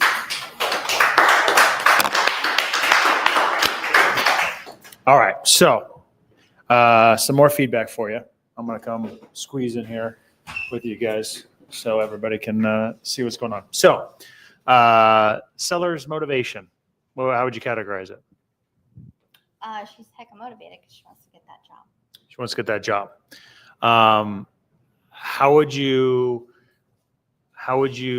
judge her her knowledge, her awareness of the property? What I'm getting at is, I would say she's motivated, right? She wants to sell, but she also thinks she's sitting on a pile of gold. Yeah. Right. She made all the comments about how she put 650 into it, but she's willing to sell for less. She's basically, over invested into the property, which, by the way, in Florida right now is not uncommon. Yeah. Okay. So did she say when she had built it? I can't remember. 5 years ago, 2020. Okay. So I think, a lot of people probably put a lot of money into stuff around that time, and it either played out well, or it went up and then it went back down. Right now, a lot of stuff in Florida is going down. So I would say she was asking for, okay. So on the price, okay, this always, gets me going. She even laid the numbers out for you, right? Didn't she say she's even in real estate? She did Did I not, catch that? but she Okay. said she put it up for auction. And so she knew from the auction around how much she could get for it, but she Right. didn't accept any of those offers. Right. Okay. So we could have dove into what were those offers, right? And why didn't you accept them? Right. The offer could have been 500,000. You didn't take the offer at 500,000? Wow. Okay. I know you want to get every, dollar you can. I would want to too, but for a cash offer, don't you think that's pretty good? If you think your house is worth 600, just the selling costs alone, blah, blah, blah, you already know. You just told me, rattled off all the fees and everything. You just told me you'd walk away with 535 if everything went perfect. You're asking 35, ha, chuckle, chuckle, laugh, laugh, which means I won't make any money if I were to pay that price, and you pass up on a 500, which I'm just making up that. But you get my point. Like, if she's going to come out with these numbers, and these numbers stink, they're not good. Let's talk about those. Let's make a stink about it too. Because that doesn't make any sense. We want to call them out when they say, oh yeah, my house is worth about 610 and I want 535, when she just backed the numbers out saying she'd probably walk away with 535 to 550. Okay. I mean, I appreciate that, but it's super helpful. You walking through all those numbers, but you're telling me to pay the price that you would walk away with, which means if I bought it, if I sell it the next day, I would lose money. Right. And you said your house is gorgeous and beautiful. So what can I do to improve it and make it worth more? Right. Right. So those are all things that is the seller likely going to go a lower price based on her tonality and the way she's talking about her property? Low likeliness. Low likeliness. However, how motivated is she to move? So we want to lay out her options. Say, look, if you wanted to try to squeeze every dollar out and get that 535, I would say you should list it. Right. But right now the market's tough in Florida. Houses are dropping. Tons of inventory sitting in the market. Yeah. Those are all true things. And it's going to get her to say, holy crap, I don't want to list my house. I want to sell for cash. And if I want that job, and if I want to get this property sold, I do need to be flexible. Right. And we're giving her all the facts as to why she has to do that without saying it. right? So that's where you can layer on these different reasons as to why her price needs to be less without saying you need to be less, and lean into what she's given us, right? And then we could say, well, you know, without giving her a number, we can say, well, if I were to give you a cash offer, what do you think would be fair then, based on everything we just talked about? If she says 510, it's like, okay, well, you know, hey, I appreciate you being flexible, but you're telling me to buy this house for $510,000 and leave a $20,000 margin, where if I don't fix this thing up and spend a penny and I go list it with a realtor and pay $50,000, all the same fees, I'm still going to lose money. So you see how this is going, Mrs. Seller? Like, if you want to try to get 535 and you think your house is worth 600, 610, I'm going to tell you should list it as a friend, right? If you want to sell it cash, a cash offer is not going to be 535.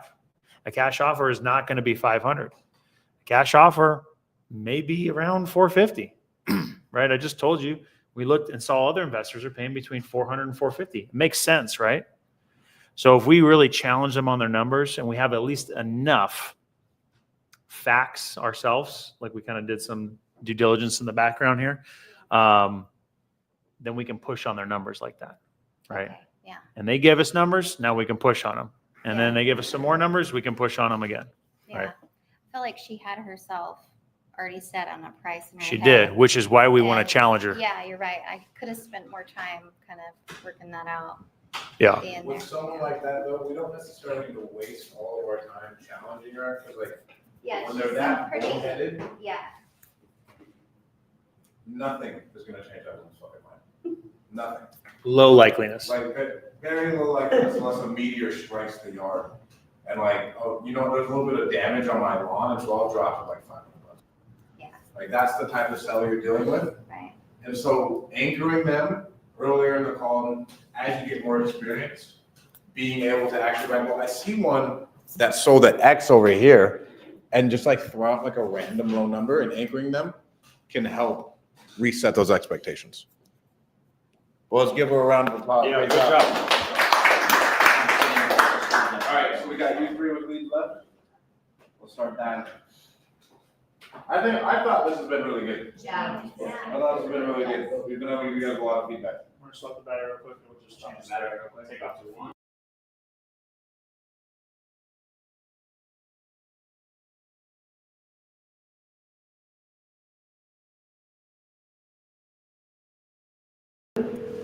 We're back. All right. Yeah, my name's Isaiah. I was just reaching out because you submitted a form through our website about selling your place over there on Bentley Drive. Wanted to see. What website was that? It was fast cash offers. Oh, okay. All right, well, I don't know, it's populating, I guess, in a number of places, because I'm getting quite a few calls. Yeah, that's how it goes. You know what I mean? You click on one thing, and all of a sudden, the only thing you see is whatever you click on. That's it. I've been getting a lot of calls, Isaiah. Yeah, You investor group, is that what you're representing? Yes.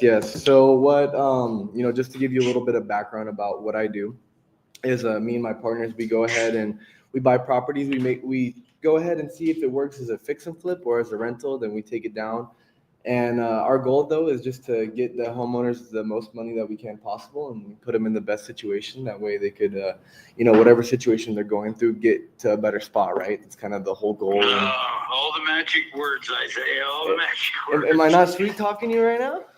Yeah, you're sweet talking. I got it. There we go. But yeah, I know we run ads on YouTube. I think you were probably watching a YouTube video and you clicked on our ads. That sound familiar? Well, I do watch YouTube occasionally here and there, but it was probably more like Facebook. Oh, nice. What do you like to watch on YouTube? Nothing in particular.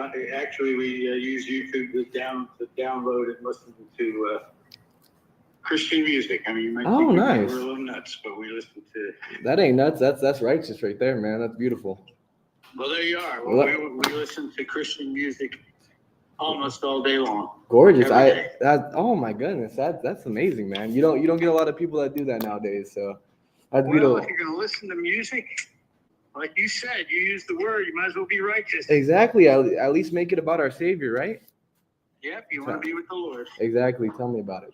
But anyway, Vernon, sorry, man, I could talk forever. So don't even get me started. Let's not get off track. No. Good luck. Actually, I have some company in the house right now, so depending on how long you want to talk, we may or may not be able to talk that long. Oh man, sorry. So let me get to the point, just real quick. Let me give you some background and kind of set some expectations for the call. The approach I like to take is more of an educational approach. How I said earlier, I want to get you and your family to the best possible destination, right? So I just want to go ahead and. You want to do the sweet talk, Isaiah. Okay. No more. It's not my first rodeo. I've had probably a dozen calls like this. Okay, all right. So I mean, what's got you interested in selling the property? What was the straw that broke the camel's back? I moved out of it and downsized about a year ago. I put my son, my oldest son, in there as kind of like a caretaker, and he's been living rent free for a year, and I'm starting to get tired of the expenses. Oh wow, rent free for a year. Well, he's been in there we moved out almost a year ago, and he moved in when we moved out to just kind of look after things, and it's kind of gone down the road, and now I'm looking back at a year thinking, holy smokes, with the market going down and my monthly expenses and everything, this whole thing has probably cost me 50 or 75 grand. So holy cow. Well, that's where probably better than I that the market has retracted. No, believe me. So I've got that, plus I've got the monthly expenses. I got a first and a second. I'm making those payments. There's an HOA fee. Oh wow. Insurance, all that crap. So what's the total balance? What's the total balance on the first and the second? Do you know right offhand? I don't know right off the top of my head, but it's somewhere in the 160, 165 range, I think. Maybe, I don't think it's 170, but it's somewhere in that range. Okay, I gotcha. Rent free for a year. That's a pretty good deal for him. We at least initially we felt funny about just leaving it vacant while we moved out. So it was okay for me that he was there in kind of a caretaker capacity. But now he's enjoying the rent free. Yeah, no kidding. When you say, I heard you say HOA fees. Is it a gated community or no? It's not gated, but it is a HOA. It's actually the form of ownership is a PUD. Oh, okay. A lot of people don't know what a PUD is. It stands for Planned Unit Development, but all of the units in there are single-family units, and you, in fact, own the building lot that they're sitting on. Mm-hmm. They are attached to villas. The building that my villa is in has 2 end units and 1 in the middle. Oh, wow. Yeah, it's kind of cool. The community provides everything, everything except my electric bill. I mean, even the cable TV, water, sewer, they take care of the landscaping. They got, you leaving, Dan? Hold on 1 second, they say. Okay, no problem. No, okay. Love you. I'll see you in a couple days. I'll text you. All right, thanks, buddy. Anyway, where was I? That was my son. He was just leaving. Not the one not the son that lives in the property, right? Different son, I assume. The one that works for a living, yeah. No, oh, okay. So I correct me if I'm wrong. One son's not on your good side, essentially. Yeah, it happens to be occupying my house, but he knows that we're looking to sell it. So yeah, he's actually been suggesting it, so I guess he's feeling bad that he's taking bad advantage. I know he's. Yeah, I know he's been there for a year, and obviously it's been unpaid. When did it become a problem? His relationship and my relationship has been deteriorating slowly but surely. And like I said, I'm just sick and tired of the expenses. I'm the one, he's there rent free. I'm there paying all the expenses. No, I figure like I said, between the retraction of value and what I've been pouring into it over the last year, I figure it's like 75 grand out of my pocket. Yeah, no kidding. I mean, the market's going down. You already mentioned that earlier. We're no strangers to that, right? We're no strangers to it at all. I mean, I think it's poised to go back up again. Trump's going to get rid of Powell, and he's the head of the Federal Reserve, and that's going to stabilize the interest rates, probably reduce them a bit, because that's what Trump wants. And Yeah. Reduced interest rates are going to bring in the buyer activity, and the market will heal. That's a smart guy right there, huh? Yeah, right. And I'm 100% convinced that that's the way it's going to go. Mm-hmm. You know, so, and even if Cal resists, his term expires in March, from what I understand, March of 26. So his time is limited. Anyway. Yeah, no, and you know, Trump has a way to get what he wants. So I think and what he wants is the economy to recover, the interest rates to go down. You know, for the economy to recover, the housing market has to recover. You know, so, I mean, I can wait. I just don't really want to. no, yeah, I totally get it. I mean, if I could make a decent deal, and I know with you guys, I got to leave something on the table. Of course. It just depends on how much. Yeah. You know, I mean, what your valuation of it is. I've had some guys that called and they want to buy it and use it for rental, and there's other guys that want to know how much repairs are there because they want to buy it and flip it. Yeah, yeah. Okay. You know, and then I get some genius real estate agents that think that they can make money. But, Don't even get me started on real estate agents, man. Not a big fan of those guys, believe me. Yeah, well, I hate to tell you, but I spent a long career in the banking business and then transitioned over when I wanted to slow down a little bit. Became a real estate broker, but I'm retired. I've been retired for 7 years, so I'm good. Oh, 7 years? No kidding, man. That's well, congrats. I wish I could be retired for 7 years already. Oh yeah, I love it. You know, and it's funny because when I was working, I used to tease my coworkers that they were gonna have to drag me out from behind my desk because I was never gonna retire. And that was the broker version? Yeah. That was the broker version. Wow. Yeah, and then eventually my body started to give out. I had a left knee replacement. I started getting sciatic problems with my left hip. Oh man. And it's all on the left because you get in and out of your car on your left leg. Everybody does. That's what takes all the stress when you're going in and out and showing properties and going up and down stairs. And oh yeah.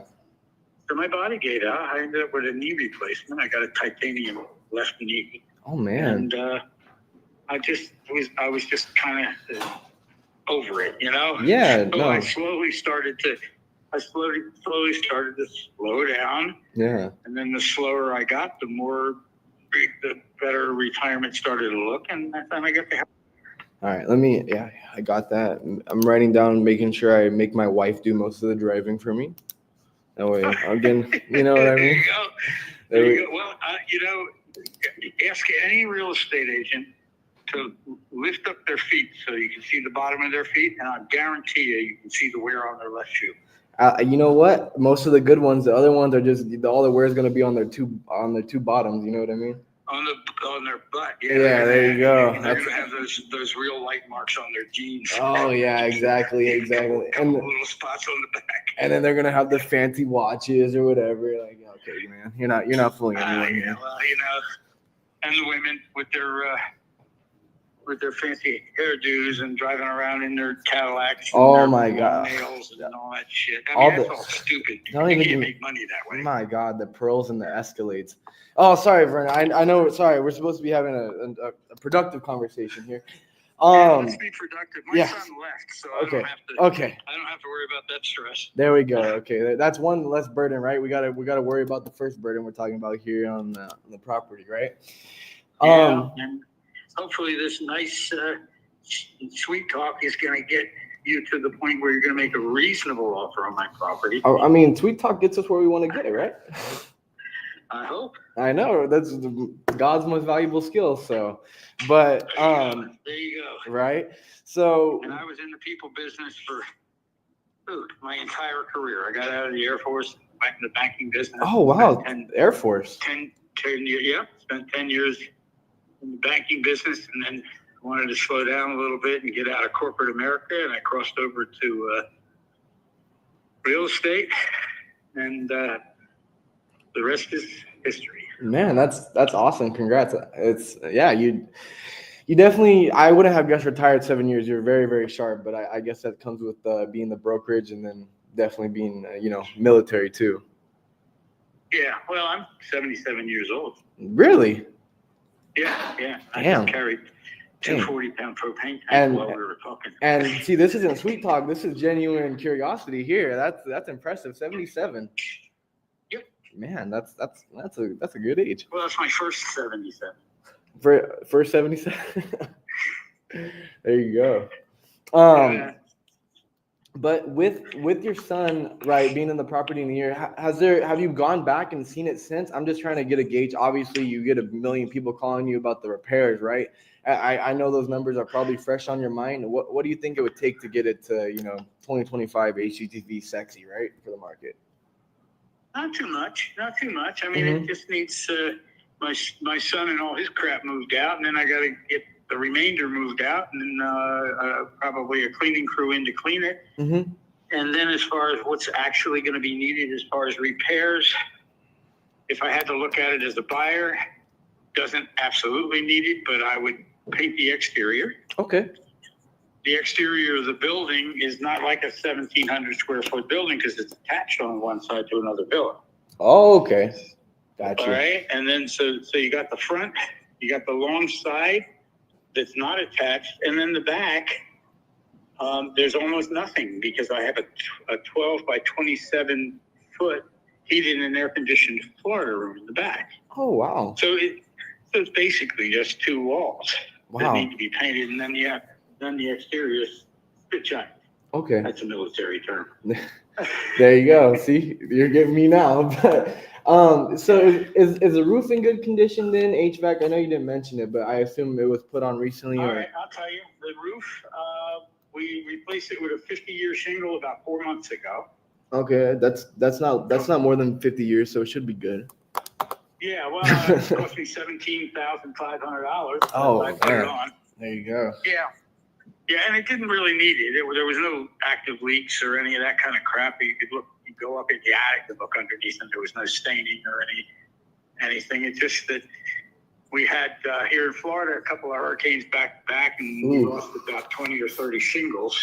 Oh, okay. You know, they just ripped the tabs off. So Yeah. we replaced it. I got a little bit of money from the insurance company. I added a little bit of my money, and we replaced the whole roof. Did the son that's living in there add any of his or? No. Yeah. Right. I just thought I ask. You know what I mean? There's always He surprises. just complained because there were people up on the roof making hammering. Oh yeah, they disturbed his peace, huh? Yeah, go to Starbucks. I'm sorry. Yeah. No, exactly. Go get yourself a coffee and cry about it, right? Yeah. And then the kitchen. Mm-hmm. Within the last 5 years, total remodel. Oh wow. I mean, wall to wall, ceiling to floor. Mm-hmm. It's got not ceramic tile, porcelain tile floors. Beautiful. Wow. 20 by 20s. Brand new cabinets, brand new appliances. They're all stainless steel appliances. Well, I say brand new. That's when we did the remodel, and it was I don't know, maybe 4 or 5 years ago. Okay. And But it's in once I get a cleaning crew in there, or you get a cleaning crew in there, it's in perfect condition. right. Okay. And the kitchen's updated too. Well, that's what I'm talking about. Oh, okay. Sorry, I don't know why I was thinking bathroom. Mine in the gutter, I guess. No. Well, the main bathroom, when we did the kitchen, we ran that porcelain tile floor out of the kitchen to the main entrance and also into the main bathroom. And at that time, we also put in a new commode, a Kohler, one of those low volume commodes. Oh wow. It already has a 5 foot shower, all ceramic tile, so it didn't need any work. And we left the vanity because it was still good, serviceable, no damage. So we left it, and that's the main bath. It's a great room plan. It's got like 15-foot high ceilings, vaulted ceilings. It's got so the great room has got the living room and the dining room component in it. And it's a pretty good sized room. It's like 18 by. I'll have to guess. It's probably 18 by 24 or something along that line. And it's got laminate floors. Okay. Laminate floors in one corner, non-traffic corner. One corner of it has got a little bit of water damage, about maybe Is 5 that the square feet offer or for the so. property, Dean? It was So he owes more than what we could even offer. 100-gallon aquarium. I keep fish. 165. And it wet the bed and wet the floor. And the laminate, you know how when it starts to get wet, He says it's swells pretty up, you good. can see it. Okay. That's the condition of it. It hasn't peeled off the top layer of laminate at all. It's just that you can see where it's swelled up a bit over in that corner. But Okay. it's a non-traffic corner. You know what I did? I slid the sofa over about 2 feet and covered it. Hey, there you go. That sounds simpler than, tearing it all down and having a big repair bill. So. Yes. Yeah. The air conditioner, you're going to ask about that, and I can't exactly remember, but the system, the inside and the outside, up in the attic is the air handler system.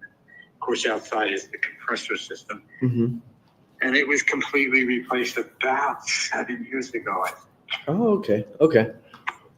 So a lot of the heavy lifting has been done. If you want to do it, if you wanted to do it buy and flip, if it were a buy and flip situation for me, I'd repair that one corner of the living room. I would paint the exterior, and I know I can get that exterior painted for under $500 because it's only really basically two walls. Okay. Yeah, not too bad then.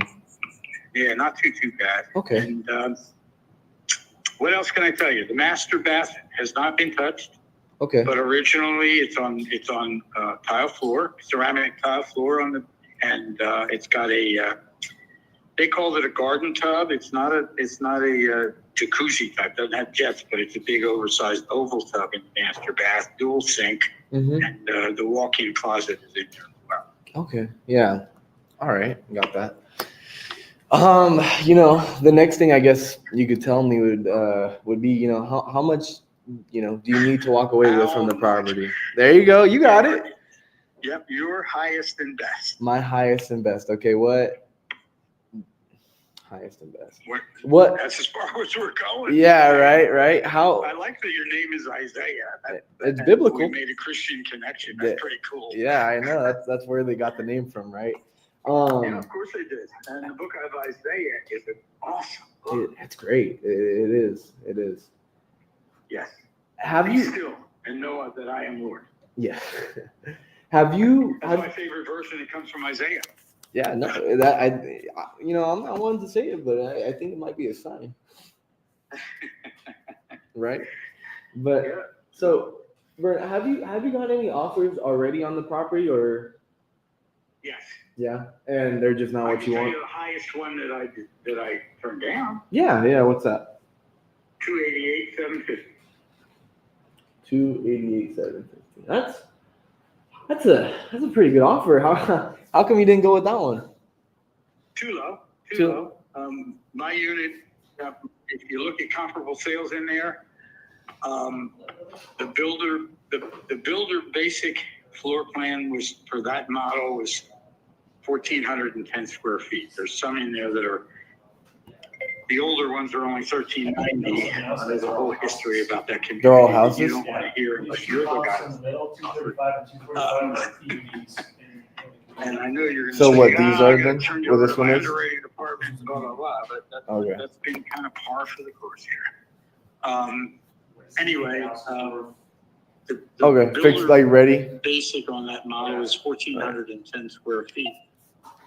My villa has had a 12 by 27 foot heated and air conditioned, separate zone, insulated roof, all that stuff, Florida room added to the back of the house. And you can see it in the exterior pictures if you're looking at Zulu or one of those guys. Right. Zillow? Yeah.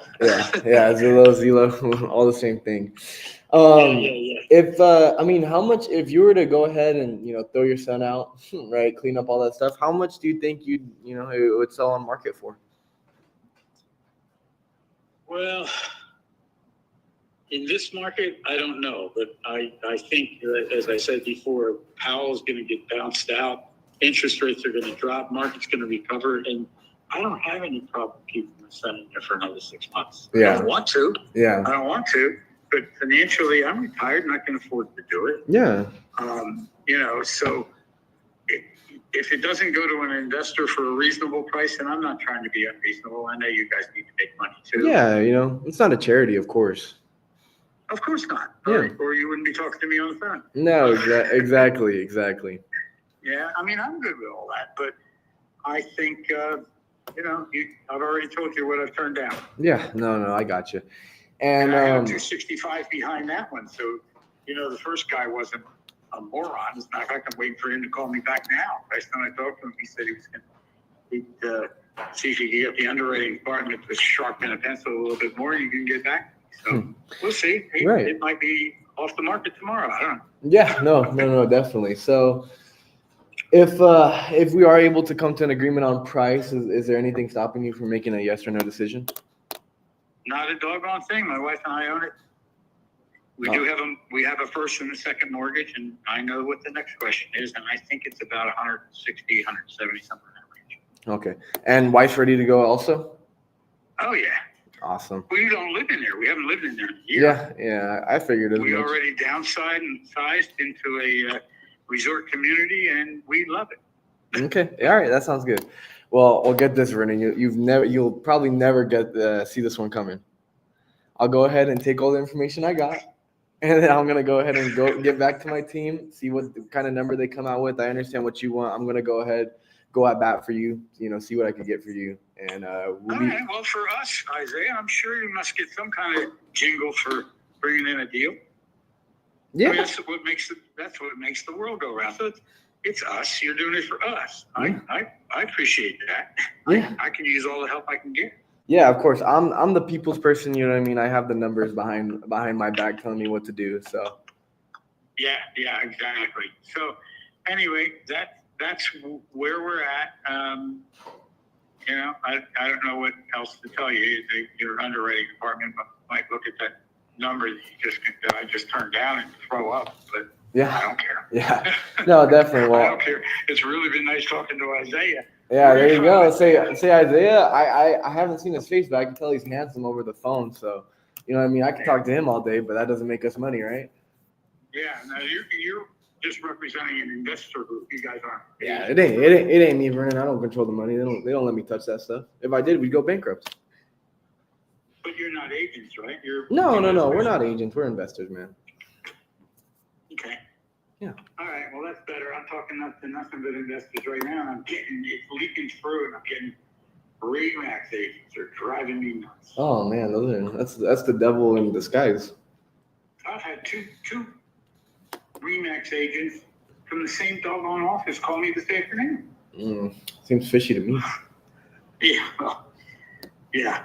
I don't know where the data is going, but it's all coming right to the phone I'm talking on. Oh yeah, I believe it. It's getting sold. Well, let me go ahead and talk to these number nerds, right? And let's see what they come up with, and I'll get back to you. All right, Vernon? All right. What's the name of the company, Isaiah? It's quickfastoffers.com. Quick Fast Offers. And where are you guys out of? We're actually, so that's the thing. It is like a broader company. I'm actually based out of California. It's a place called Fresno. I don't know if you've heard of it before. Fresno. Yeah. Oh, well, if you've heard of it, it doesn't seem like you're too pleased with it. I don't blame you. So. Well, Fresno's okay. I think back in the day I might have smoked some pot in Fresno. Yeah. Well, it's either pot or crack, man. So you chose the easier substance. You know what? Back then, I probably did. So there you go. Yeah. So we're based out of Fresno, but we have partners out in Florida that love like Port St. Lucie, Palm Beach, and all those areas. Okay, cool. All right. Well, let me know one way or the other if they want to. Whatever. Yeah. All right, Vernon. Well, I appreciate your time, man. You have a good one. Okay. Yeah, nice talking to you. Nice talking to you too, man. Thanks. Bye. All right. The rapport man. The rapport man. So, the number nerds, yeah. A lot of good one-liners in there for sure. So, without question, without saying, rapport is great. Conversation is great. I think that's really important. I think bringing humor into a conversation is a sign of intelligence, is a sign of confidence. And as long as it's guided in the right way and you're holding your conversation, I think it goes really well. So I like that. I like to do the same exact type of style too, where I'm a little playful with a person, especially if they are.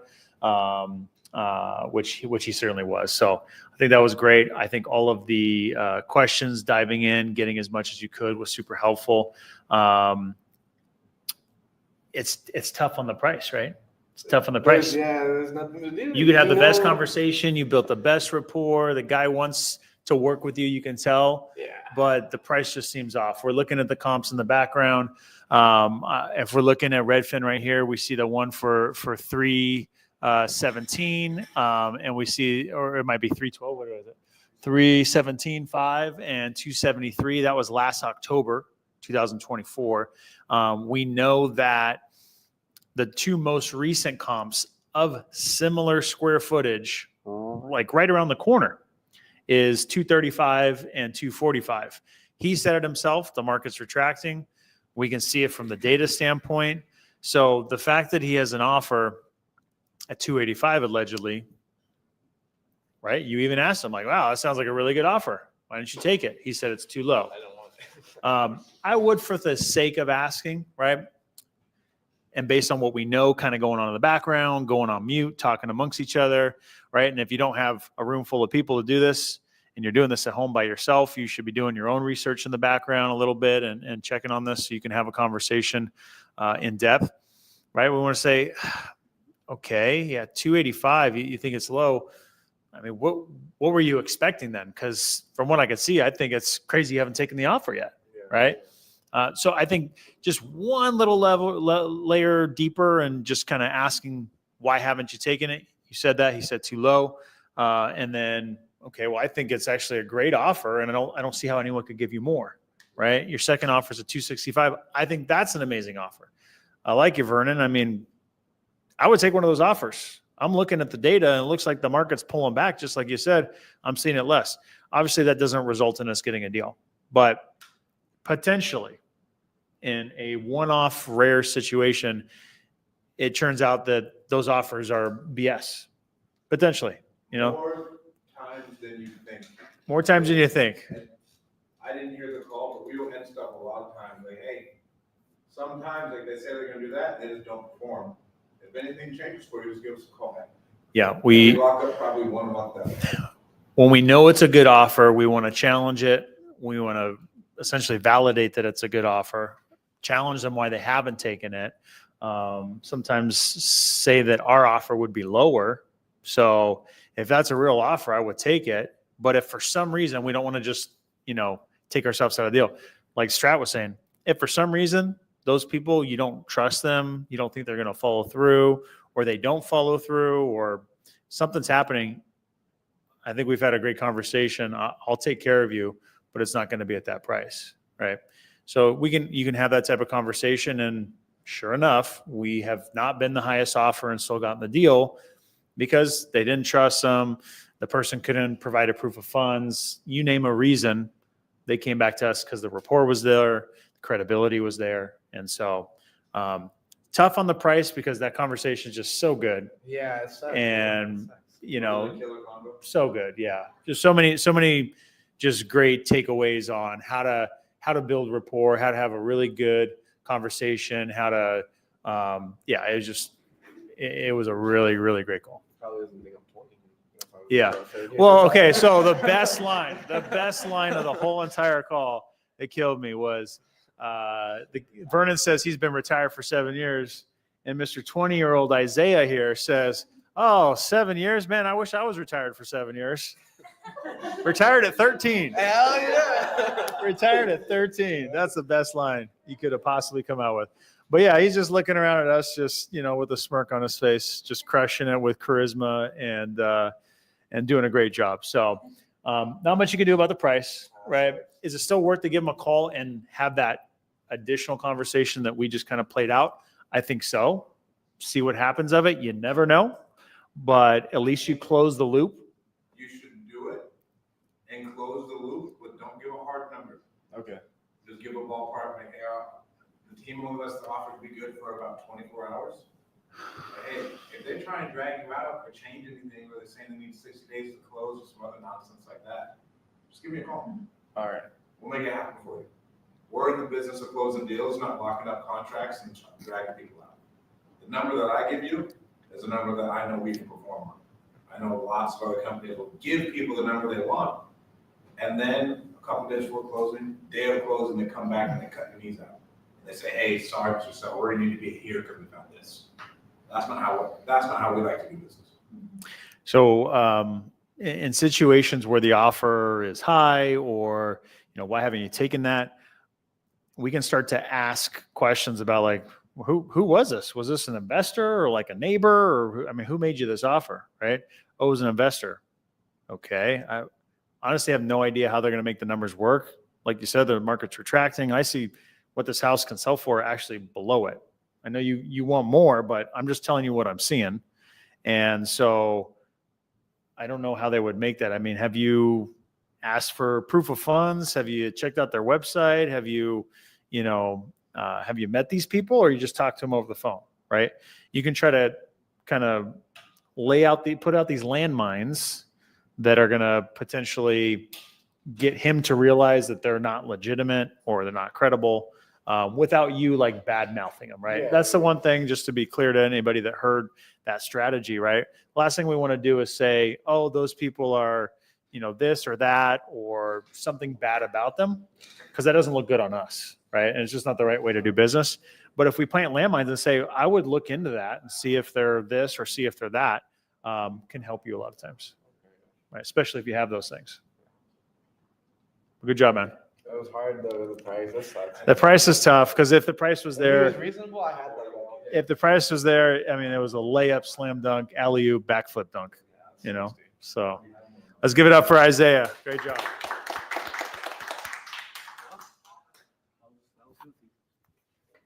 Great job. Yeah, it was a master class on rapport building. It was really good.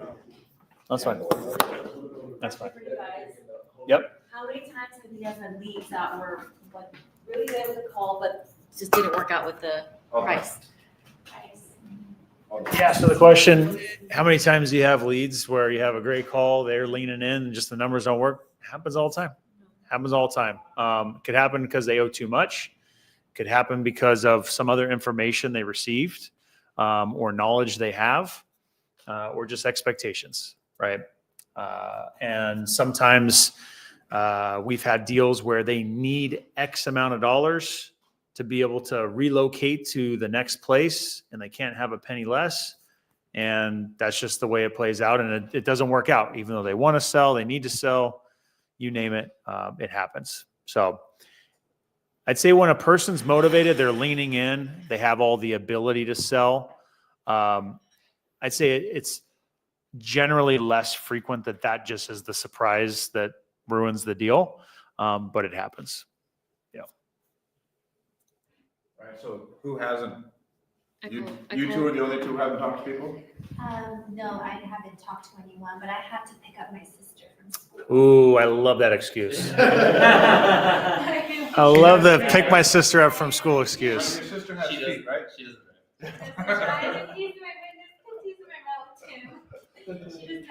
Pick my sister up from school excuse. Works every time. All right, the community investors got to hold it down. You're the last hope. I called, but she didn't answer. Let me try again.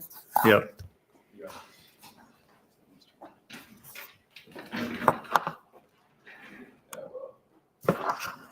Can we move the camera a little bit over here so we can get her face? So I am officially 13 water bottles deep. They don't give you water at home? Oh, they do. I'm just drinking a gallon a day. Oh. Is that where you're from? Yeah.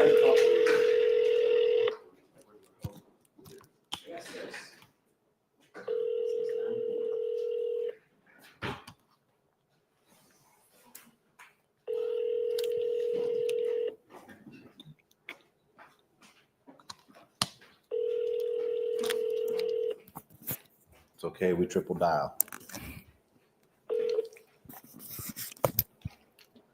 Please leave your message. Hang up, you have to exit out. If you triple dial in the app, it messes it up. Exit. Go back. Not all the way out, but then you just go to the lead, you exit out of the call section, and then you do it again. Use like an app to call. We simply has an app.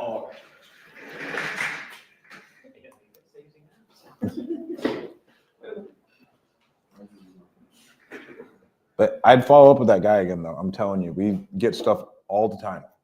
Please leave your message. So now send her a text. What? Call her one more time, then send her a text. You got to back out. Yeah.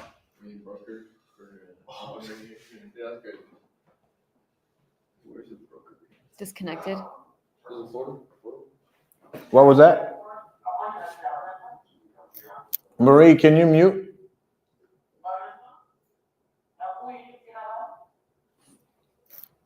So you go here, and then you just hit call again.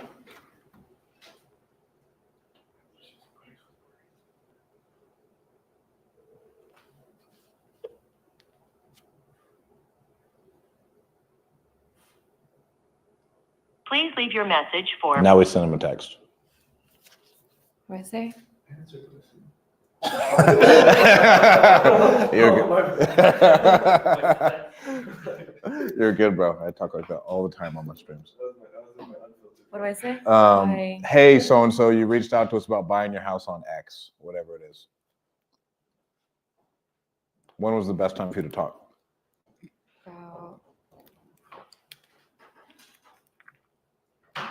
Has this been helpful for you guys today, though?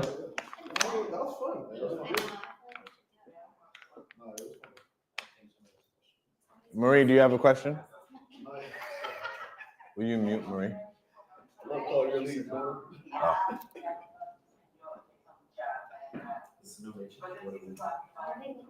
Oh, yeah. You want to break that down? We'll break that down after her text. Okay. Did you say you have to run, Marie? Hey, for like the new Simply stuff, I had to turn it Okay, awesome. Well, great to have you on today. Glad you get to. They call.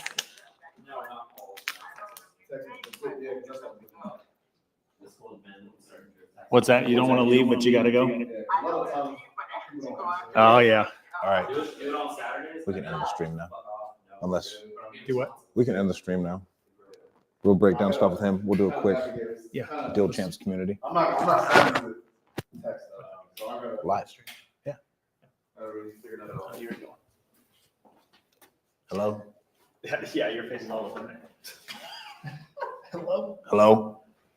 You got any games on your phone? All right, guys. Thank you so much for tuning in. Give us a quick outro. Do you know while I make this real quick? Got an outro. All right, guys. This stream was brought to you guys by Lead Zolo and Deal Champs Community. We're glad that you guys were able to join us on this live. This is just a little showcase of what it's like when you work with good quality leads like the ones from Lead Zolo, and when you get good training from a community like Deal Champs, putting yourself in a good position to get better results in your business. So if you guys have any questions, you guys can reach out to us. You guys can go to dealchamps.com. You guys can check us out, Stratt Daddy on Instagram, at Dean Rogers Real Estate on Instagram. And if you are interested in joining the community, I have a little link for you right there. Oh, look at that. Links and everything. DealChamps.com/apply. Let's go. I'll give you 10 books if you sign up today. Did you get the books? You got all a bunch of books. And wait, look at that. Look at the deal. Shout out Drew and Lead Zolo and Cody. Thank you guys so much for this, the Lead Zolo Day for our students. It's been amazing. All of our students except the kimchi investor got a call, but we will still get a call with her very soon. All of our students now got one-on-one sales coaching on hot leads thanks to Lead Zolo. Again, Drew, Cody, thank you guys so much. And Adam, you guys are the best. We love working with you guys. Go to getleadzolo.com for the best PPL leads. There we go. Let's go, guys.